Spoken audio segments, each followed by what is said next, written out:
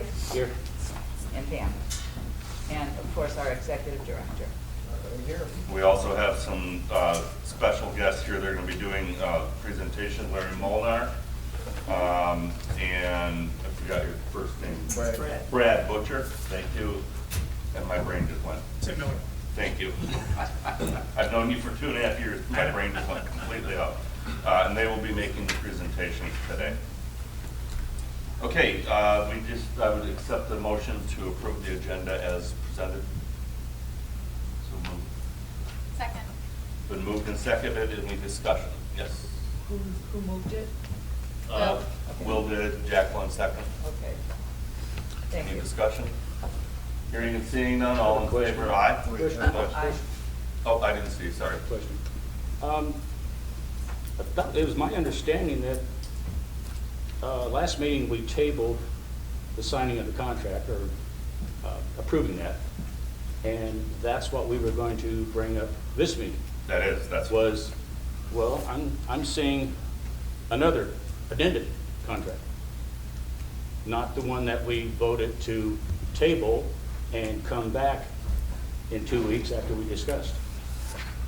So I don't understand, now we have another contract, and I don't think anybody's had time to go over this new contract. I know I haven't. This is the first time I've seen it. It has 4 extra pages than the previous one, so I'm a little at a disadvantage to speak on this since I haven't had a chance to review it. Any other discussion? Any other discussion? Hearing and seeing none, all in favor of moving forward with the current agenda, aye?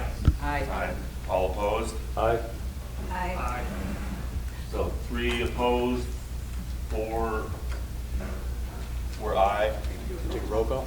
Yep, roll call vote, please. Okay, Dolores. No. Dr. T. No. Jacqueline. Yes. Will St. John. Yes. Roland Lynch. No. And Leroy. No. Pamela. And Mike, yes. And Mike. Yes. Okay. So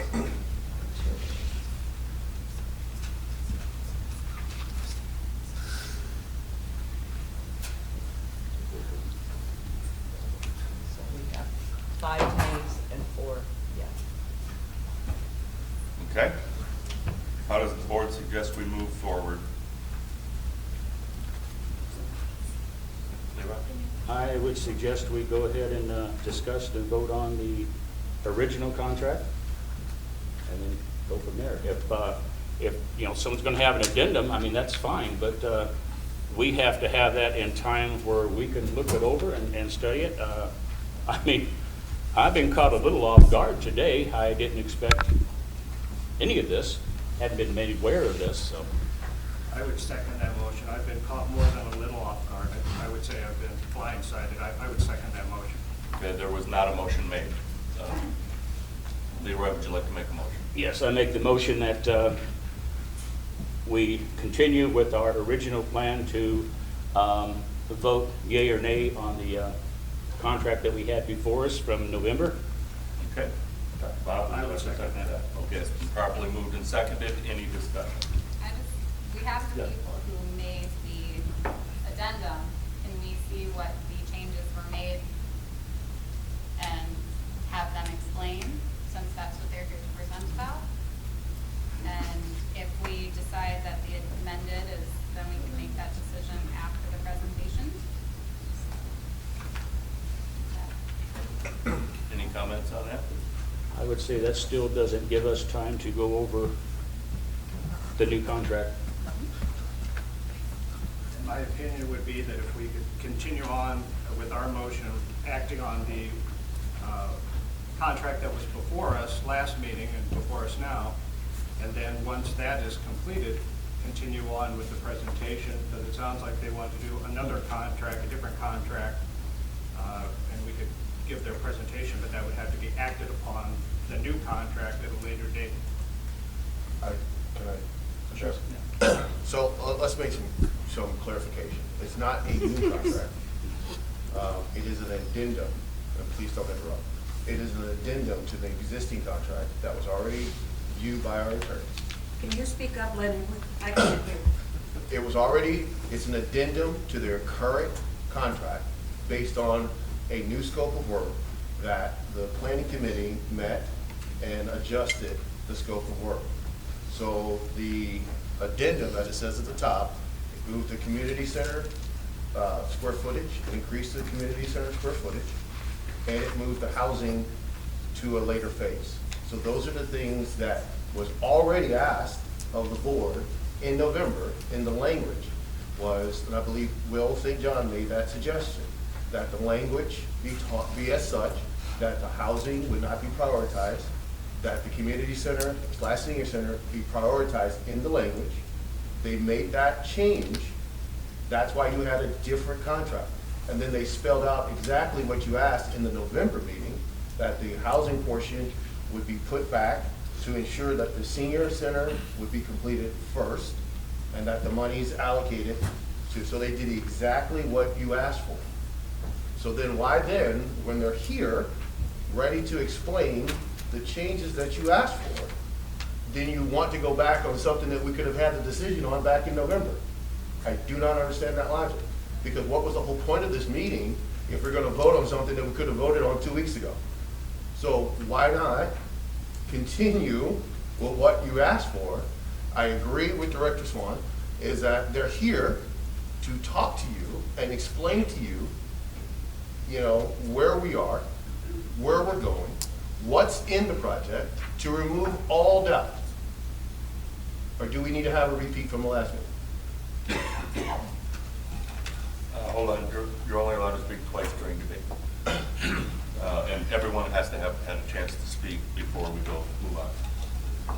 Does anyone else want to comment on that? Dolores? Well, I just have a question. Are you now saying that you want to do the senior center first, and then down the road, 5 or 10 years, do the apartments? Or are you saying you want a community center, which I prefer a senior center, but are you saying build that first and put everything else on hold?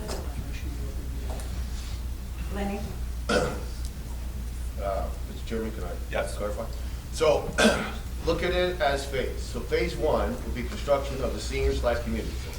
You will find out what, based off of the planning project and the presentations of what is inside that community center. They're gonna go through square footage of the total breakdown of what's in the community center. So there won't be any questions. You'll know exactly what makes up that 30,000 square feet. That is going to be prioritized first because it doesn't require any additional funding sources. Right now, the housing project is moved to phase 5, pending additional securement of additional funding sources. But right now, with the money in hand, we're building the projects that are going to be prioritized. And in the last meeting, not the November meeting, the last meeting of the subcommittee, it was asked that the community center with outdoor recreation and amenities be prioritized. They also requested that senior housing be prioritized over multifamily housing. So this is the language that is now in the new addendum based on the subcommittee meeting that happened 2 weeks before, I believe it happened on the 17th, before the board meeting, which triggered a new addendum, which got tabled to this meeting. So now you have everything that you've asked for explained out in the new addendum so that there is no questions of the direction that we're heading. Are we going to be able to comment on what is in this community center? Are we going to be able to say, we want this, but we don't want that, and draw up our floor plan according to what the board wants? I forgot to explain the rules as the Policy and Procedures Committee, by the suggestion of Dr. Turek, that we tighten up our floor debates so that each person has 10 minutes to make their argument. Is that what we went with 10 minutes, Dr. Turek? Yeah. And then everyone else has a chance, that's on the board, has a chance to make their argument, and only then can somebody make a second round, okay? And then an additional 10 minutes, and then that's it, just twice during each subject matter, okay? So I'm not trying to shut you down, it's a valid question. Okay. I think it'll probably be answered by the presentations. Okay. But, And I would add to that, what just happened, her phrasing a question that should not be responded by the executive director. If she wants to phrase it as a question rhetorically, but he's already spoken twice, so that's not really what is, Well- the way things should be happening. We want to limit cross-table debate. we definitely want to limit cross-table debate. I think by reason of clarification, I would allow what he just did, but not on a regular basis, because there's still some misunderstandings out there that need to be clarified. Okay, so we have a motion on the table, I think still. Yep. Second round? Does anybody, Leroy, I think you're, Yes, I'd like to speak to that. I stand by my original objection, and I agree with Director Turk that we're still here to vote on the November 4th amended contract. After we get done with that, I am more than willing and happy to, hear any discussion or programs or whatever on any amendment, but we're not here to sign an amendment. We haven't had time to look at the contract. We've had no previous warning.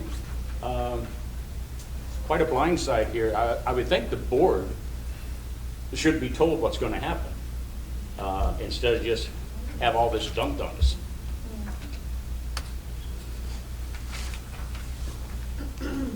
I would speak. yes, I agree with Director Perrin that this contract has 4 different pages. It's completely in a different order. There's completely different numbers. It's completely omitted the construction manager costs, the fees, a whole group of things that I was prepared to comment on. I'm happy that they've answered some of these questions, but I have not had time to look at this contract whatsoever. My understanding, and by the motion, I think we can confirm it on the video, was to vote on the original amendment, the original contract that came before us 2 weeks ago. I am not prepared for this at all. I'm more than happy to see a presentation so that we can further educate ourselves, but today, I believe we're voting on the motion, the contract that was tabled at the last meeting. okay, any other comments from board? I wonder if the Sidock Group is still interested in the proposals, the contract that we talked about last time, that may be moved to talk about it if they have moved on to something else.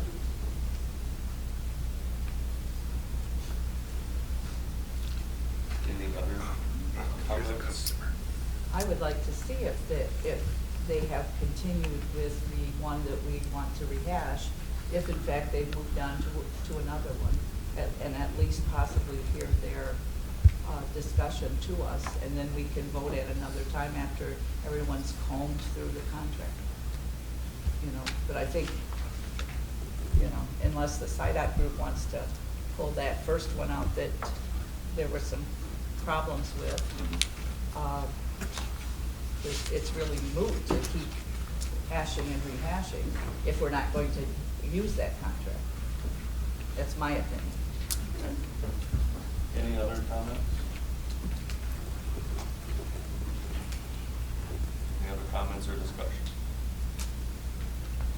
One more time, any other comments or discussion? Okay, so we have the motion on the floor to move forward with voting on approval of the current Sidock, or not the current contract. Would you restate your motion for me, Leroy, please, just so we get it right? My motion is that we move ahead with the original intent to either give an up or down on the November 4th amended version of the contract that we were given 2 weeks ago. Okay. Everyone understand the motion? All right, so the current motion is to move forward in this meeting with looking at the contract that was put forward November 4th, and then voting on whether we should approve or not approve that particular contract. You're still seconding, right? Dr. Bob, is that, A yes vote would be to continue on with the previous contract, not vote on the one that we've been given today. correct? Are you still seconding that motion? Yes, I am. Okay. All in favor? Let's do a roll call, please. Because I know we're going to have one anyways. Okay, Dolores? Yes. My guess means what? That we are going to move forward with the Okay. November 4th. Okay, Dr. T? Yes. Jacqueline? No. Will? Yes. Mike? I don't vote unless there's a tie. Okay. Roland? Yes. Leroy, yes. Yes. After all that, it better be No. yes. I'm saying no affirm my own because I don't motion. want to keep writing. I've seen it happen, though. And you might should. Okay, what's the, 1, 2, 3, 4, 5, 6. And there's only 2 no's. 2 noes? Okay. So we have 6 yays, 2 nays. The motion passes to continue on. This is basically an approval of an agenda, of the agenda to move forward. So, okay, so the agenda is approved to move forward based on the November 4th contract language. All right, public comment. We are going to go with our normal 2 minutes. That's the only reason I have my phone out. I forgot to ask that everyone please silence their phones. I have it out to do the 2-minute timing. Everyone will get a chance to speak, and then at the end of the meeting, there will be another time for public comment. So if you think of something or something strikes you during the meeting, you can make comment at that time. Rick? Just a couple quick comments. Is it okay to stand up? Yes, absolutely. Okay. Oh, state your name and your township or city. Rick Casel, Ames Township, Lincoln. Thank you. I worked at GM for a lot of years on contracts, okay? So I want to explain what contracts. Anytime you make an addendum to a contract, you have to treat it as a new contract. We did this for years at General Motors. It was because of a lot of projects. Yeah, some of the verbiage is the same from the previous one, but you have to look at that and say, this is a new contract to make sure that the addendum matches what was in the original contract. So I just want to tell you guys that as far as contracts go, any addendum is a new contract. Just a comment from my experience. The second thing is, and I'll be quiet then, is that I think we need a very clear order of how this project's going to go through. I've heard senior housing, senior center, community center, low-income housing. I don't have a clear view as, of what exactly, and the public doesn't either. What are we exactly doing here? This is the Alcona County Commission on Aging, okay? I would think that anything that has to do with seniors, especially the senior center, because where we are now, should be number 1. Absolutely. That's all I gotta say. Thank you, Rick, and I think that will be answered at the end of this. Okay. For you. And I would like to point out, yes, we are the Commission on Aging, but even a 2-year-old is aging. So just, once you're born, you begin aging. That's stretching. I'm just trying to bring some light, chill out, trying to bring a little light, I get a little too serious. Go ahead, sorry, your name and your. Rich Gray, Harrisville, it's good to see you back. Yeah, it's good to see you. And with all due respect, you can delegate your authority to the executive director, but you cannot delegate your responsibilities as a board. The ACCOA is a public 501c3. This is seen in your IRS Form 990. Only public 501s use that. A private 501 uses a 990 PDF or PF. And your 990 has to be made public has to be made available to the public in all circumstances if they ask for it. I do have that. And it states this is its mission or activity description: to provide services to enhance the life of the elderly of Alcona County. Each year, approximately 100 501c3s lose their ability to maintain that tax relief. One of the causes is operation outside stated mission on your Form 990. It is also a violation to use funds of the organization to finance a project outside the mission stated, even if the project is an act of charity. The loss of the 501c3 falls on the board of directors, not on your executive director. So all responsibilities still come back to you as a board. I'm glad Dr. Bob brought up MCL 15261, which is the law that governs the Open Meeting Act. And each violation quoted from page 6 of the Open Meetings Act, if you violate, may be found guilty of a misdemeanor crime and be held responsible, personally liable, for not more than $500 per meeting. Again, that's the board's responsibility, not the executive director's. So again, I would ask that you as the board of directors, Mr. President, and your board of directors, allow your board to lead this organization, not the executive director, in accordance with state and federal laws. Thank you. Thank you. Anyone else? Phil Potter, Guston Township, Harrisville. I believe in my past, as president of the village for several years, when we tabled a motion, it was a motion like you guys tabled it from last meeting. Was there a motion today to untable that? And if so, who made the motion and who seconded it? That is a violation of an Open Meeting Act. So was there a motion to untable the meeting from last meeting? The motion, I believe, made by Director Schwan was to hold this meeting in order to deal with that. Did they untable the motion last meeting? Nope. No, apparently not. Then you can't discuss that meeting until it's untabled. Thank you. Yeah, sorry. Hi, I'm Rachel Jamison. I'm a local resident from Harrisville. I'm here with 4 of my 5 children who took a break from our homeschooling routine to come watch. I just wanted to remind the board that we are taxpayers here, and although I know that the grant that has been given of $12.5 million is not from us directly here, it is from taxpayers somewhere. And I do want to show you our tax bill that arrived for our winter taxes, and we do pay $72.87 to ACCOA for what goes on here. And I also wanted to tell you that as well, my mother-in-law, who does not drive, she pays $109 for her winter taxes to ACCOA, and a family that has 3 children under the age of 8 who lives just north of here, they pay $250 on their winter taxes to ACCOA. So we have a vested interest in knowing what happens to our tax dollars here. Absolutely. Thank you, and welcome to your children. It's good to expose them to how these types of things work. I think it's a great learning experience for them. Thank you. Yes. Judy. Judy French, Harrisville. I'm fairly familiar with how a board runs and how organizations are supposed to kind of run.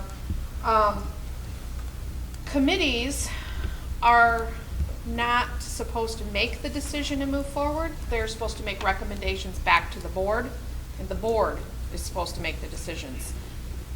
So as far as my knowledge, this board hasn't been making the decisions. They've been putting it off on committees, and I think 3 people making the decision for the entire board is a little ludicrous, and it falls against the way, I'm not sure if it's an act or not, but I know it's not, the way it's supposed to run. The proper term is not with me at the moment, but as far as just hearing all this about the committee made this decision, the committee made this decision, well, the committee's not to make the decision. The committee's to bring back a recommendation to the board, and the board is to make a decision, and it is to be recorded in minutes.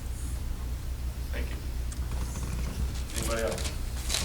Lisa Turek, Harrisville. I just noticed on the first vote, Pam said 5-4, but I think there's only 8 people that voted, so I just want to make sure that it might have been 4-4 instead of 5-4. It was 4-4, and then Mike had 2 votes. Oh, in the Making first the fifth one? for the Okay, first great, because I thought 5-4. Wait, I thought only 8 people. But if that includes Mike, 2, 4, 6, 8, that would still be 8? Oh, Mike had 2 votes, is what you're saying? No. No?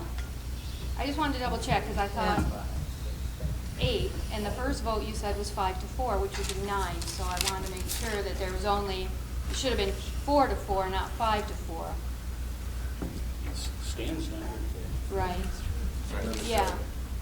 So that should have changed things also, because that wasn't a correct tallying of the votes. Yep. Anyway, thank you. Thank you, Lisa, for pointing that out. What do we have for that vote? We had, If there wasn't a tie, I shouldn't have voted. I thought it was a tie. That's Yeah. why I voted then it would have been 5-3, without my vote. because there were 5 opposed. No, No. it's been 4-3. 4-3. 4-3. 7. 7 total votes unless I have to vote to break it tie. Yeah. Okay. Thank you for pointing that out.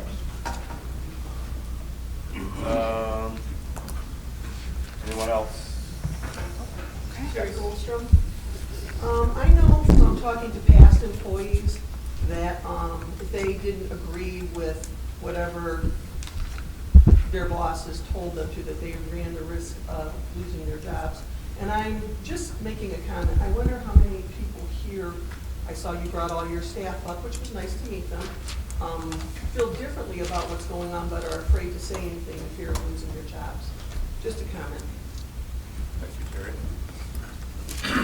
Anybody else? Yes. Aaron Sharp now from Lincoln. What it's going to take to wake up the whole board and realize we citizens do not want apartments. We need a senior center. It sounds like, just listening to you this morning, somebody's not doing their homework. So I don't know what's going on, but it's too bad you don't listen to the voice of the people. We do not want the apartments, just a new senior center. Thank you. Thank you, Karen. Anyone else? Yes. Go ahead. Oh, go ahead. Jessica Cobbs, Curtis Township. So thank you. I just wanted to thank you for releasing the FAQ yesterday on your Facebook page. I reviewed it in detail. On page 6, there's a question on here about low-income housing tax credits. So my question here is, you're saying that you're not going to use low-income housing tax credits, which is awesome, but for these 2 paragraphs, it seems kind of roundabout way of answering this. What are you using if not low-income housing tax credits?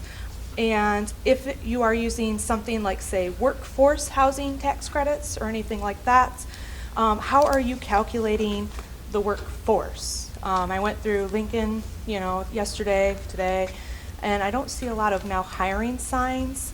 I'm worried that, say this project is fully completed, that there will not be enough jobs from that project, because construction is temporary. They come in, they build, and they leave. That's not a real job, if you will. For the community, it's nice, but it's not a permanent thing. So I was wondering where the jobs are coming from, because the community center would only have so many, and most of the staff, I'm assuming, from here would move there. And then the apartments really wouldn't need too much other than like maintenance. So I'm just kind of curious, if you are using, and I could be misunderstanding workforce housing tax credits, but I'm on a crash course on that. So I'm just kind of wondering, if you're not using the low-income housing tax credits, if you're using, what are you using? And if you are using workforce housing credits in lieu of. So that's my question and comment and all that, so thank you. Thank you for your well-timed comments. Actually, you're right at 0. So I believe, if I'm not mistaken, that most, if not of that, not all of that will be answered during the presentation, but if I'm not mistaken, so. Yes.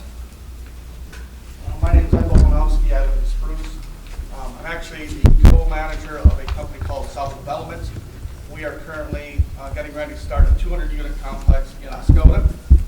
To answer your question, Oscoda Township is currently, well, not currently, in 2020 was 250 houses in the hole. The state of Michigan as a whole is 160,000 houses in the hole. So that means that the state built 160,000 homes, they still wouldn't have enough. Oscoda right now figures they could build 600 homes and still not have enough to house for the people that are working at Coletta right now. Not counting the new engine plant, not counting the new hangar, not counting the 150 requisites that Coletta said, I'm not gonna hire because I don't have housing for the people. So just kind of to let you know that, you might not think housing is an issue, but it is a huge issue. It's a huge issue in pretty much every county in the state of Michigan, including all of northern Michigan.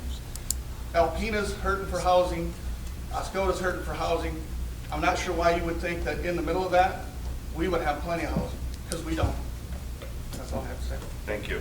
Mr. President? Yes. Can I comment on that? Yeah. Go right ahead. I agree. We need housing. Absolutely. I don't think there's any disagreement of that. However, we are the senior center. We have no authority to build houses. That is up to other organizations. I would love to see those organizations come in and build homes. We need them, no doubt. I don't think anybody here is against that. Our whole objective here is we are the senior center. We want a senior center, standalone senior center to take care of the seniors of this county. That's what it all comes down to. Thank you. Thank you, Director. I would piggyback onto that if we do something that is not in our bylaws, we risk losing our 501c3 tax exempt status. Building housing is not in our bylaws. I'm concerned that we're jeopardizing our tax exempt status. Absolutely. Mr. President, correct? When you submit for grants, you submit your bylaws. The review committee that reviews your grants read your bylaws. They read your scope.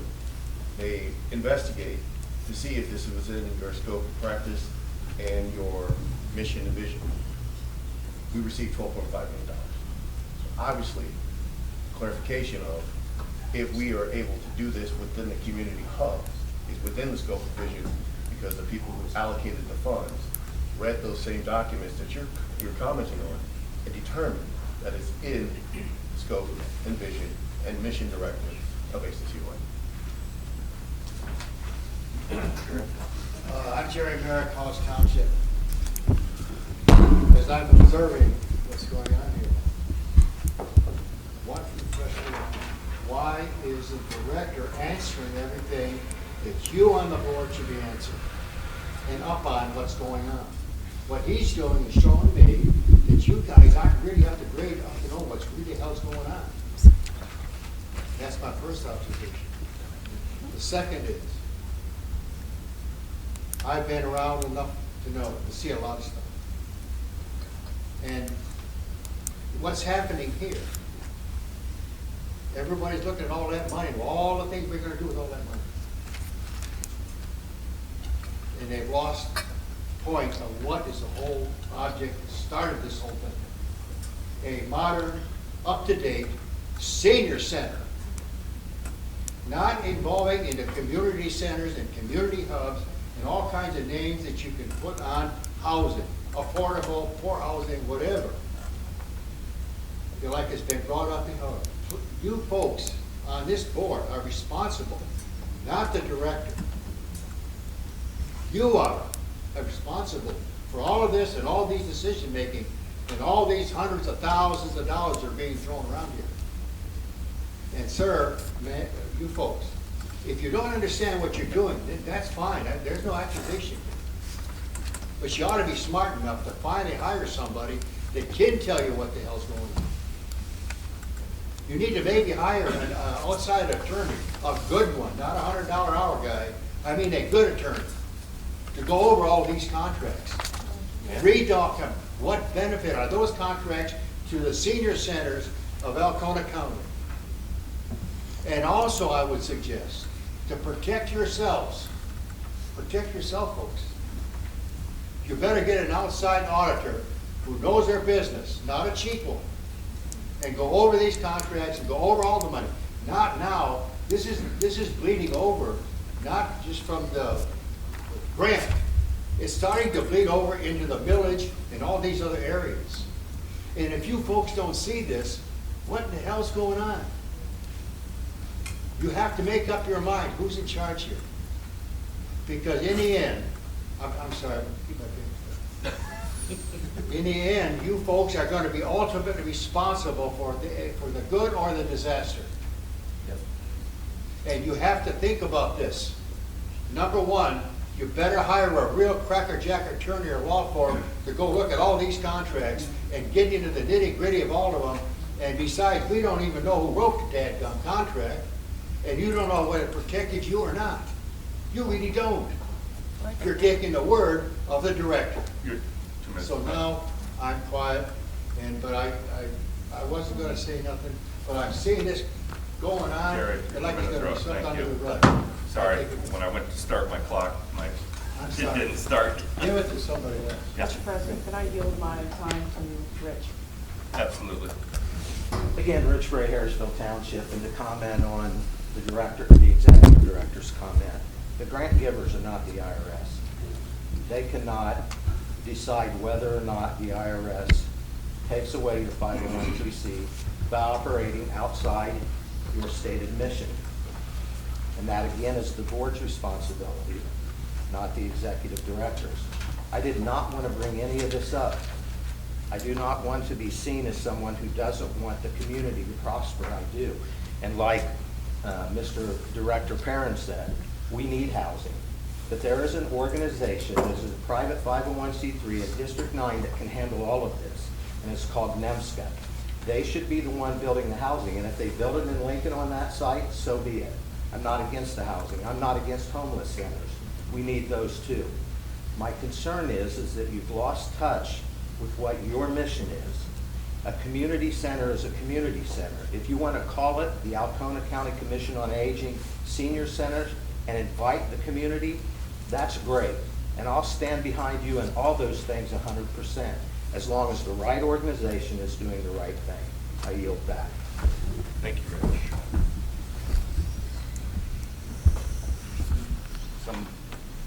Caitlin Lincoln. I am the in-home service coordinator, and I think it is insulting to accuse the ACCOA employees that we are intimidated or instructed by our executive director. We are a group of independent workers who have our own brains and think for ourselves. The things we say and feel and the things that we agree with come from our own brains. We are not intimidated by a man that we work with every day. So. Thank you, Kayla. Yes. Hello, my name is Marjorie Tate, Guston Township. I've been kind of new to this story, but I've been listening for the last couple of years, and I know that there's been a lot of planning and a lot of talking about this project. But what I'd like to do is just bring up one thing that people are missing, I think. I'm not hearing people talk and recognize that there is a medium age in this county. And I'd like to, does anybody know what the medium age of residents in this county is? Okay, who's gonna benefit the most from anything that happens in this county? The elderly. 65-year-old people, maybe and older for the most part. So what I'm saying is that whatever we can get, whatever we can conjure up, wherever the sources are, let's work together and listen to the plan. It doesn't hurt, because all of us are going to benefit from anything that happens in Alcona County. That's all I have to say. Thank you. Thank you. Thank you for being involved and coming. Anybody? Yes. Pam McKinnon, I'd like to address what you said because I think you're coming from my Facebook post. I did not point out that we think that you are not able to think for yourselves. Everybody in this room appreciates every job you do every single day. So you work for the senior center, we want the senior center, that's all fine. I'm glad you're getting paid to sit up here through this meeting for the first time ever since I've been attending any meetings. It was well planned. Great job. Fact is, we appreciate you. Don't take the post from Tony on Facebook for what I said. Second of all, you all stress the fact that this is grant money. $12.5 million is going to go like that. Like that. Half the people in this room might not even understand what $12.5 million is. When are you going to start using the millage money, realistically? If you don't do it this year, is it going to be next year, or is it going to be the next year? Because the 12.5 isn't going to do the project. You want to stick to a senior center?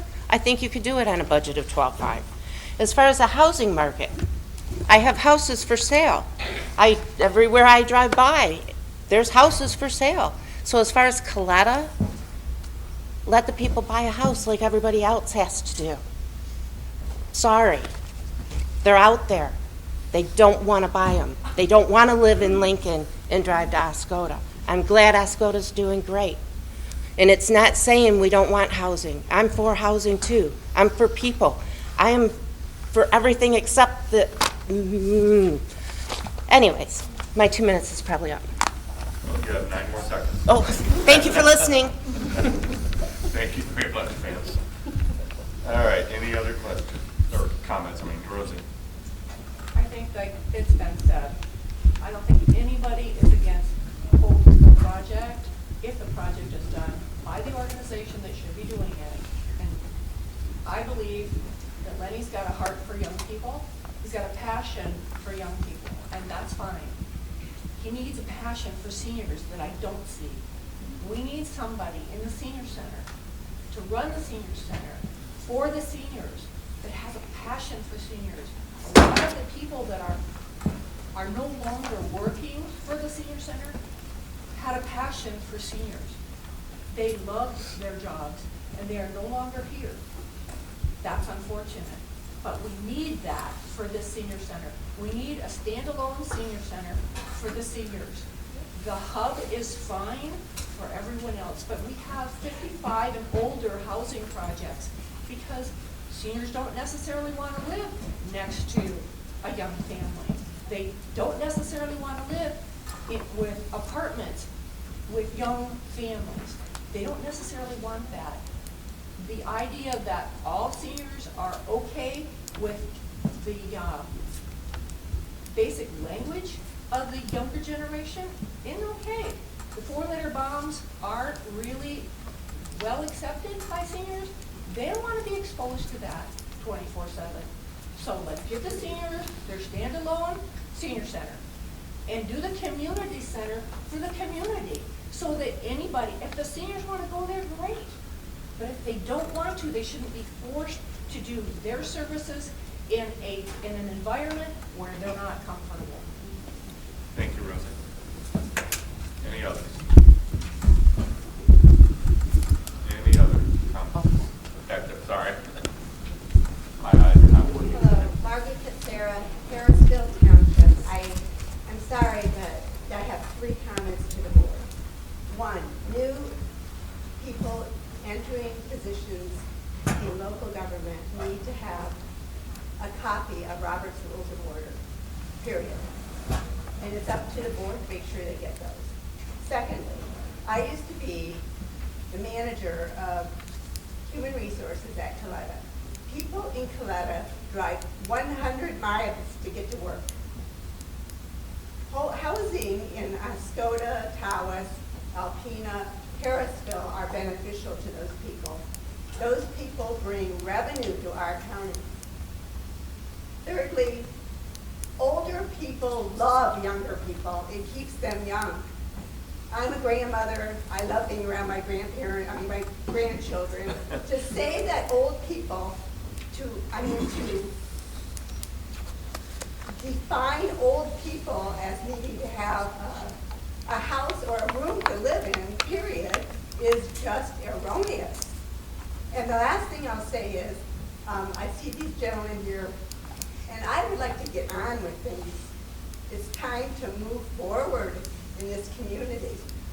Move forward, have an open mind, get some forward thinking skills here, folks.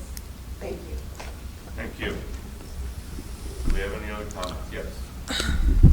I would just like to introduce myself. My name is Shauna Morris. I am the NEMT Transportation Coordinator.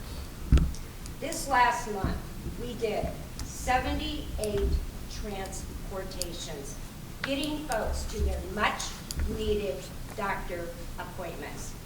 54 of them were seniors who have no means to have a vehicle. They don't have friends. They don't have family. These are people. These are seniors. And I am so blessed and so humbled to work for an agency that rolled their sleeves up. We bust our butts every single day. Nobody should be without the basic necessities. We live in a rural desert. We don't have Uber. We don't have Lyft. We don't have mass transportation. And yes, there are times where we might have to go all the way to Port Huron because that's where the specialist is at. Specialists are downstate. They're not up here. As of now, we take 4 clients 3 days a week for dialysis so they can get their life-sustaining treatments. We will go where the need is. My youngest transport, 5 years old, needed to go to Port Huron. Mom didn't have a vehicle. We got her there. So she could get her approval to get a surgery. 10 seconds left. Thank you, Sean. Karen. My name is Karen Hughes. I am an employee of this agency. I do not live in this county. I am the food bank coordinator. I drive the yellow box truck, and sometimes I deliver food to individual houses. Most of the time, the people needing food come to me. What I have observed since I started in May of this year in this position is that 95% of the people that come to my, what's called a mobile pop-up, usually it's at the fairgrounds, are 1- and 2-person households. I'm guessing at their age to be over 60. Most are extremely grateful. They want to give me a hug. Before Thanksgiving, I was delivering 5 boxes. When I got to the first individual's house, she asked me to come in and have a cup of coffee, which I would have loved to do. Unfortunately, I still had 4 other boxes all over the county. I grew up in northern Michigan. Not in this county, but very close. I have been taught since I was little to ask questions. If I don't understand or don't agree with something, I need to find out, do I not understand it correctly? Am I thinking differently? 10 seconds left. I would encourage you all to listen to these gentlemen's presentation because I think a lot of misconceptions have been put out. Thank you, Karen. And that would encourage it. Anybody else?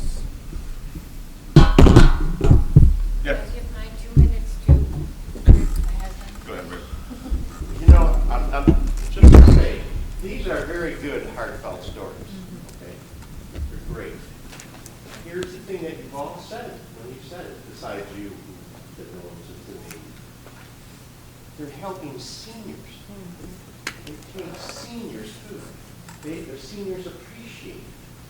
Okay?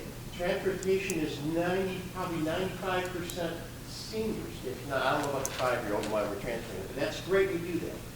It's seniors, okay? That's what I was saying. I'd like to say, well, that's great, and I'm so glad, but it's seniors should be the focus number 1. Thank you, Rick. Any others?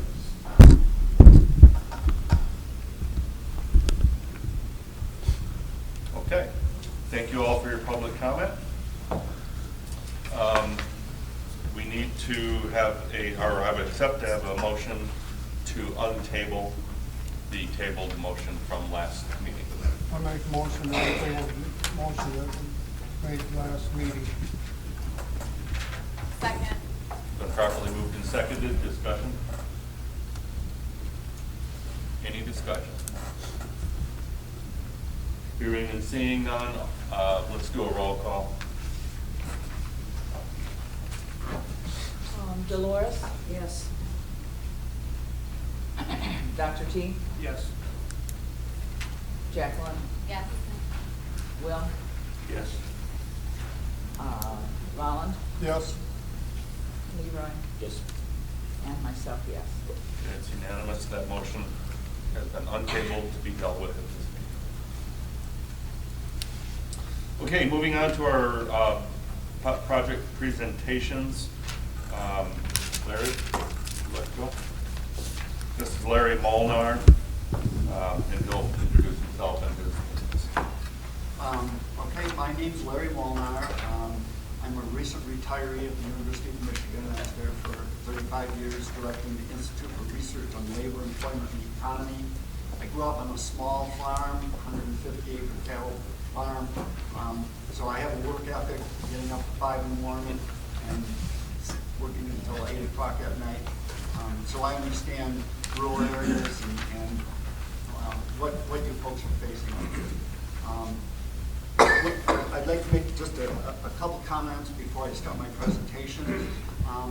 In addition to the data that I'm going to give you, and these are numbers that are derived from the thousands of surveys that went out. Not all of them were returned, but there was an awful lot of information that came back to us. We worked with NEMCOG, Northeast Michigan Council of Governments. They had some reports, the ALICE report. We conducted interviews, we had focus groups. This was all during the pandemic, so we didn't have town hall meetings and gatherings like we have here, but we did the best we could under the circumstances.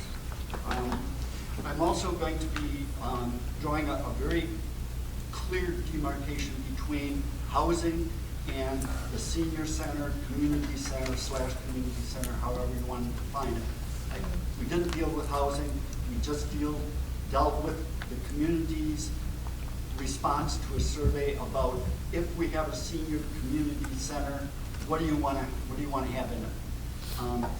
And also, I have some demographics that I'm going to give you up front. These come from the U.S. Census, so this isn't stuff that we came up with.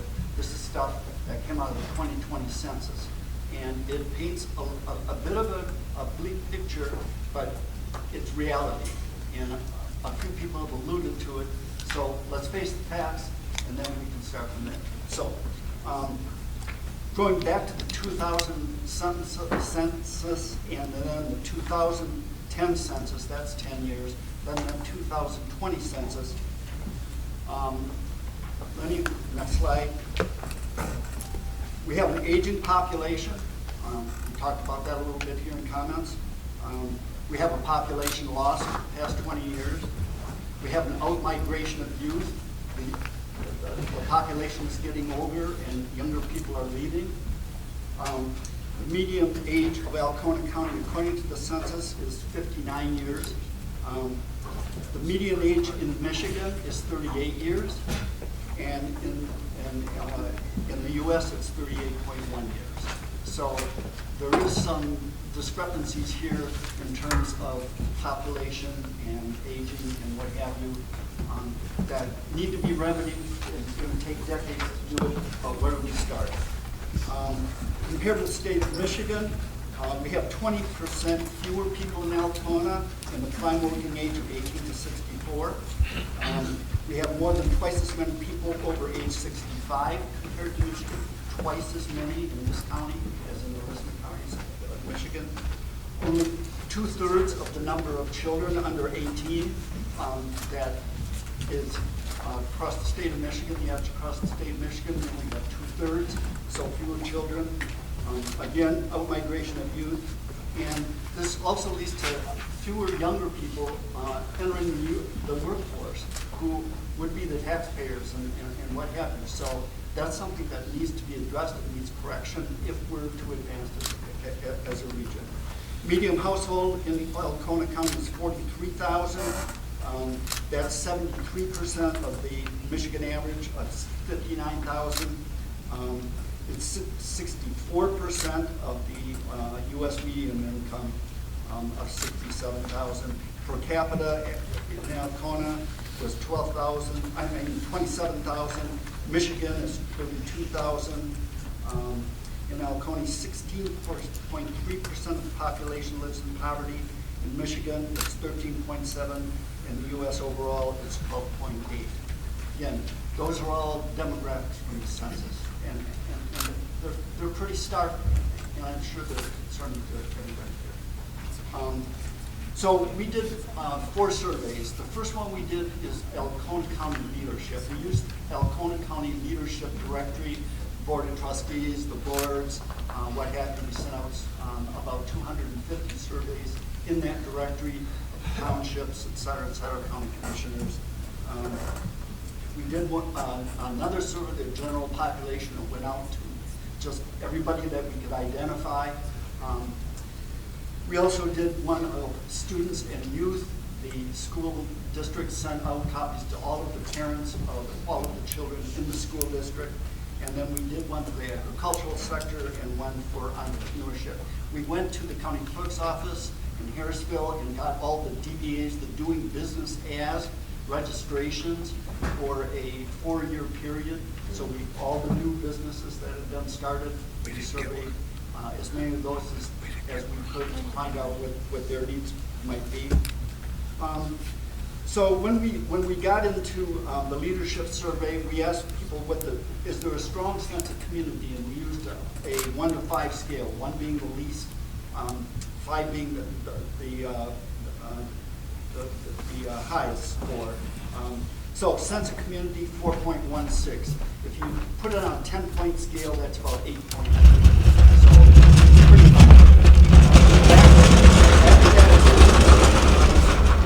Was a 2.33.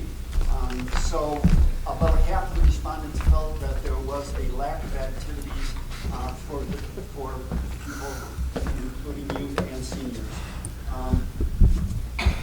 There was comments that residents leave the community for activities and go outside the county because there aren't as many activities as people would like to see that are within the community. The community leaders told us that people in our county would have a high overall likelihood of using resources from a senior community center, 4.11, which would on a 10-point scale be about 8.3.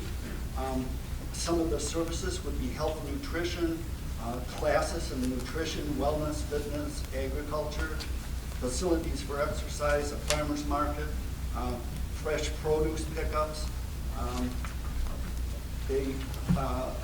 Again, a farmer's market ranked very high, both from community leaders and from the general population survey. The participation of people who go to a farmer's market was a 4.44 out of 5. About 85% of respondents said that they would use a farmer's market. An organized one that was regular and had a facility of some type. There would be programs and facilities and continuing education, those types of things. Got very high rankings from respondents on the survey. Just a note on how the survey was distributed. It was distributed at community events. I know I talked about the leadership survey going out. There were QR codes and links that were sent out with letters to the parents of the students. All of the surveys ended up on a platform at the University of Michigan that did all the data analysis and what have you. So it was a very rigorous methodology that we used for this. The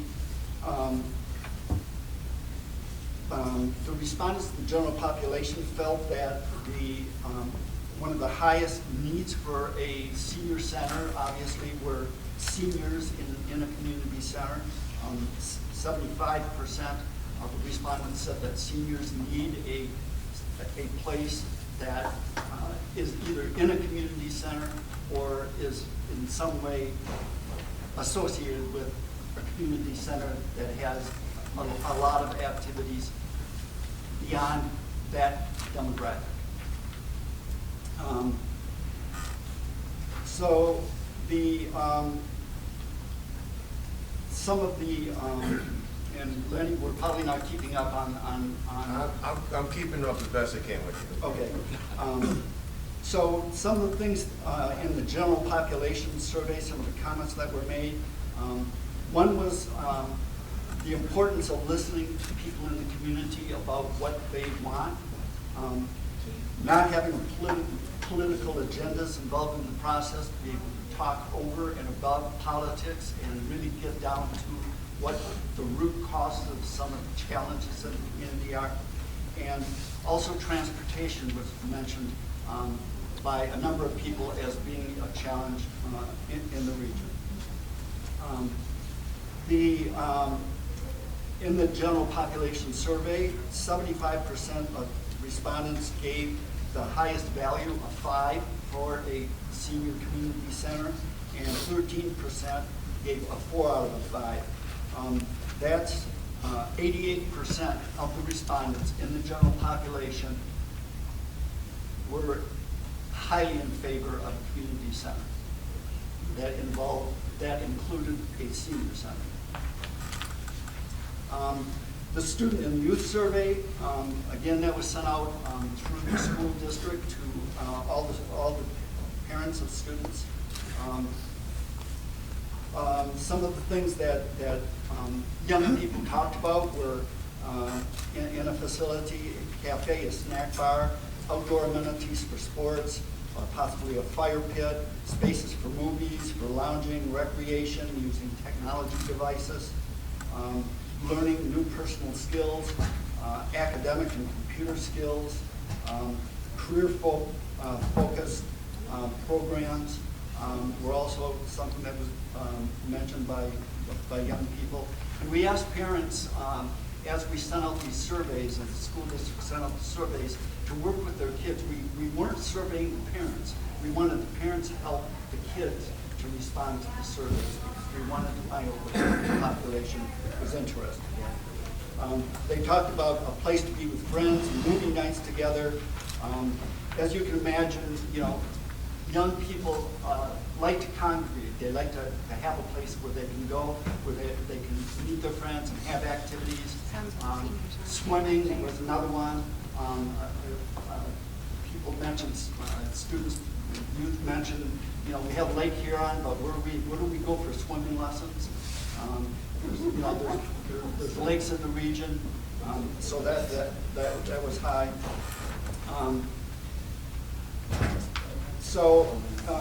Just to kind of wrap this up, there's some tables and what have you at the very end.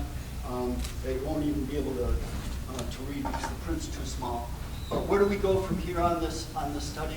The final report is going to be coming out within a couple of weeks. I'm sure it will be put on the website here. We had a lot of support from the county and from the USDA helped us out a lot. MSU Extension helped us out a lot.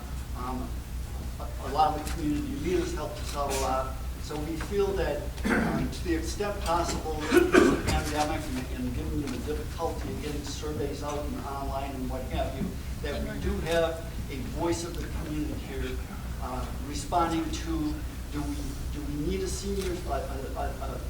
newer senior center that has more amenities?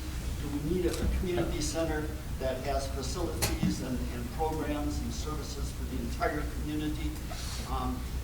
The answers to those questions was absolutely. And we have a lot of good information. Not only do we need it, but what do we need in it?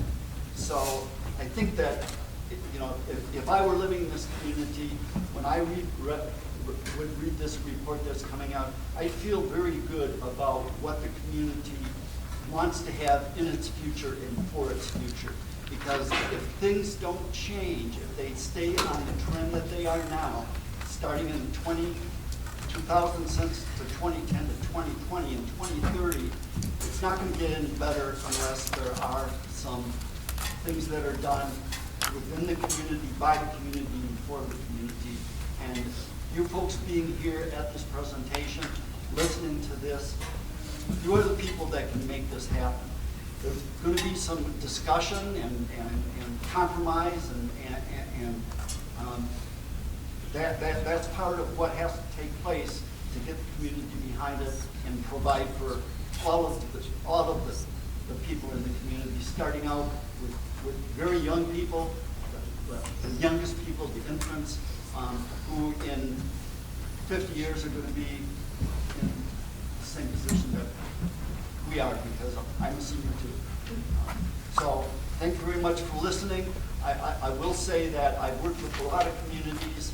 I've done work in Alpena with the Marine Sanctuary, in Harrisville, with an incubator, with Alpena Community College, with MEMCOG, and this is really a special part of the state of Michigan, Northeast Michigan, and there's a lot of potential here, and I think that it can be realized if everybody pulls together. So thank you for your time. Can I ask the presenter a question or two? Board, how do you want to proceed on that? I think since we could probably in between presentations do that. So if you'd like to. I have a couple questions still. Okay. Who wants to go first? I will. Okay. Thank you for your presentation. I have in possession of two of the surveys. I wasn't given the one for the leadership, and I was not given the one because I've been here for 20-some years and I'm not a new business owner. But the other two surveys, can you confirm that neither one of them had any questions regarding housing on those two surveys? There might have been one question about housing, but it was, you know, on a scale of 1 to 10, it was maybe a 0.3. So really, if someone were to say that your surveys would indicate a need for housing at all, would not be a correct statement. And then in our minutes back in June, you came and made a presentation, and our minutes say that you explained that the survey would be sent to targeted people. That's what it says in our minutes. Can you explain how you targeted people, or was that an incorrect? If it was people, it was not individuals. It was students, youth, the general population, newer businesses, but there were no individuals except in the leadership survey. We went to the directory and we pulled out leaders because we wanted to get the leaders, but there were no individuals that were targeted. Thank you. I have, well, I'm a taxpayer. I volunteer here at the senior center probably 3-4 days a week. I would like to know why I didn't get any survey. And I'm in this building a lot, and I had no idea that, I knew it was pointed out that Michigan, University of Michigan sent out surveys, but everybody I talked to, nobody got one. Well, there were 350 surveys sent out by the school district. There were over 1,000 surveys that were sent out and distributed. There were, because the surveys were analyzed on the University of Michigan data platform, QR codes and links. So we weren't sending surveys out to the mail. That would have been tremendously expensive. It would cost tens of thousands of dollars to get surveys out and back. So we relied on community groups. We relied on, I know that Lenny distributed hundreds and hundreds of surveys, again, the school system. We relied on some of the congregations.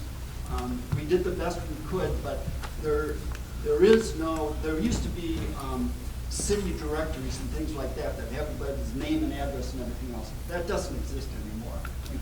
You can't go out and find individual people. You can't go to the tax rolls. So it's all I can tell you is that there were several thousand surveys that went out. I think we got about 900, between 900 and 1,000 surveys back. And the population of the county is 10,500, somewhere around there. So about 10% of the population responded. 10%. Any other questions? I'd like to know, in your surveys, do you have any data or any surveys that went to senior citizens asking if they were interested in a standalone senior center? That was not a specific question. I was just looking this up. I think almost 25% of the respondents on the surveys were in the age range of 50 to 65 or above. So there was a fairly significant response by that demographic. But they weren't asked if they'd be interested in a standalone senior center, just a community center that would have senior facilities in it? Yes. Okay. Thank you. Any other questions on the board? Okay. Our public comment will be at the end of the meeting. We've already done that. Okay, so let's move on to the Sidock Group. We'll start with Bradley Butcher. Good morning, and thank you for the invitation to be here. My name is Brad Butcher. I'm an architect with Sidock Group. I live in Otsego County. I live in Otsego County, or have lived there for nearly half my life. And why did I choose Northern Michigan? Because it's a great place to raise a family. So we raised our 3 children there, some of whom have stayed in Northern Michigan and some have moved on.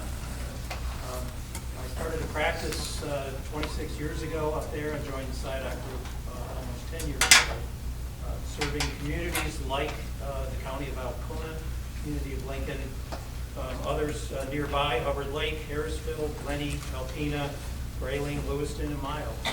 And our stretch from our Gaylord, we're a company that has 6 offices in Michigan, but our Gaylord office covers from about Bay City north to Sault Ste. Marie, where we have another office.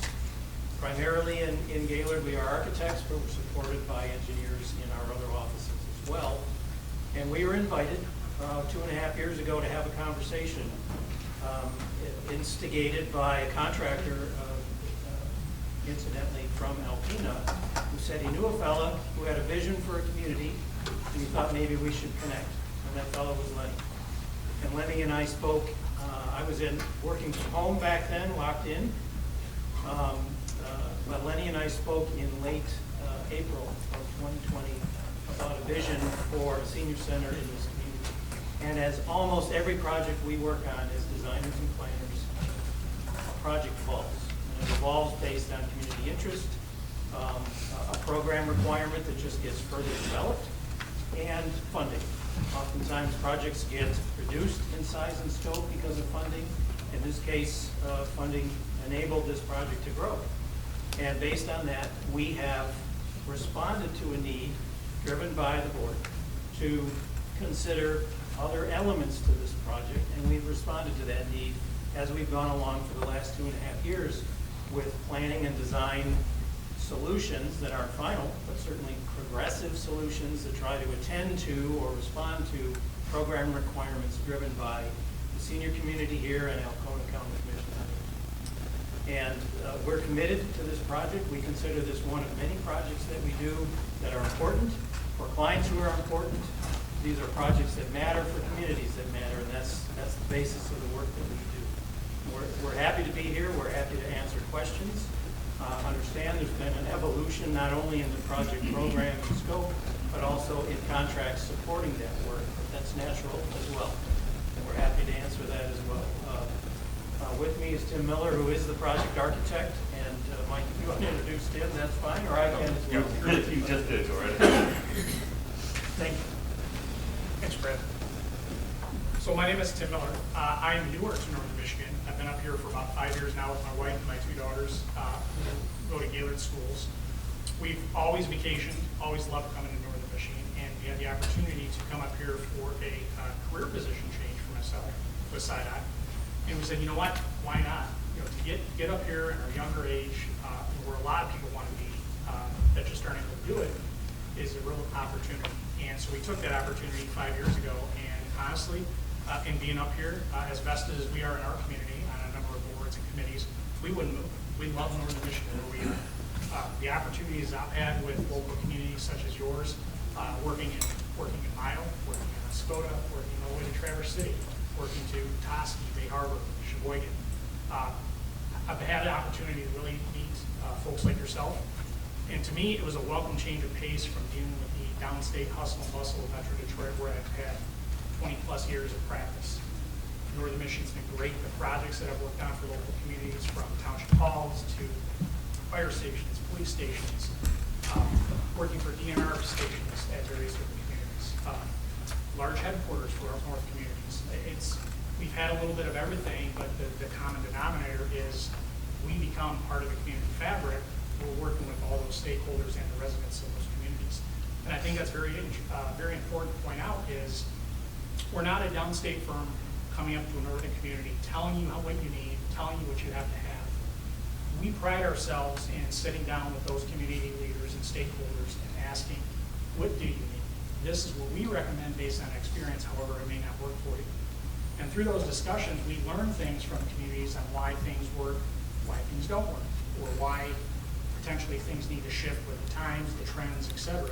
You're asking for a modern facility, a clean facility, a working facility. That's great, but there's other things that are also trending across the United States that seniors want in their facilities, in their communities. It's our job to bring those to you guys and present them and give the board and the community the understanding of what those might be, and they may not have thought about or understood the ramifications of why you need something. So that's a little about myself and sort of how I process projects. On this project, to dovetail off of what Larry's presented, the project wasn't developed and it's not being designed in a vacuum, right? Not only Larry's feasibility study, his needs assessment, but on the housing side, and I'll talk a little why that was interjected into the whole thing, we had Ethos Development, our development partner, and all they are is a development consultant. Their experience is in multi-component projects, difficult to fund projects.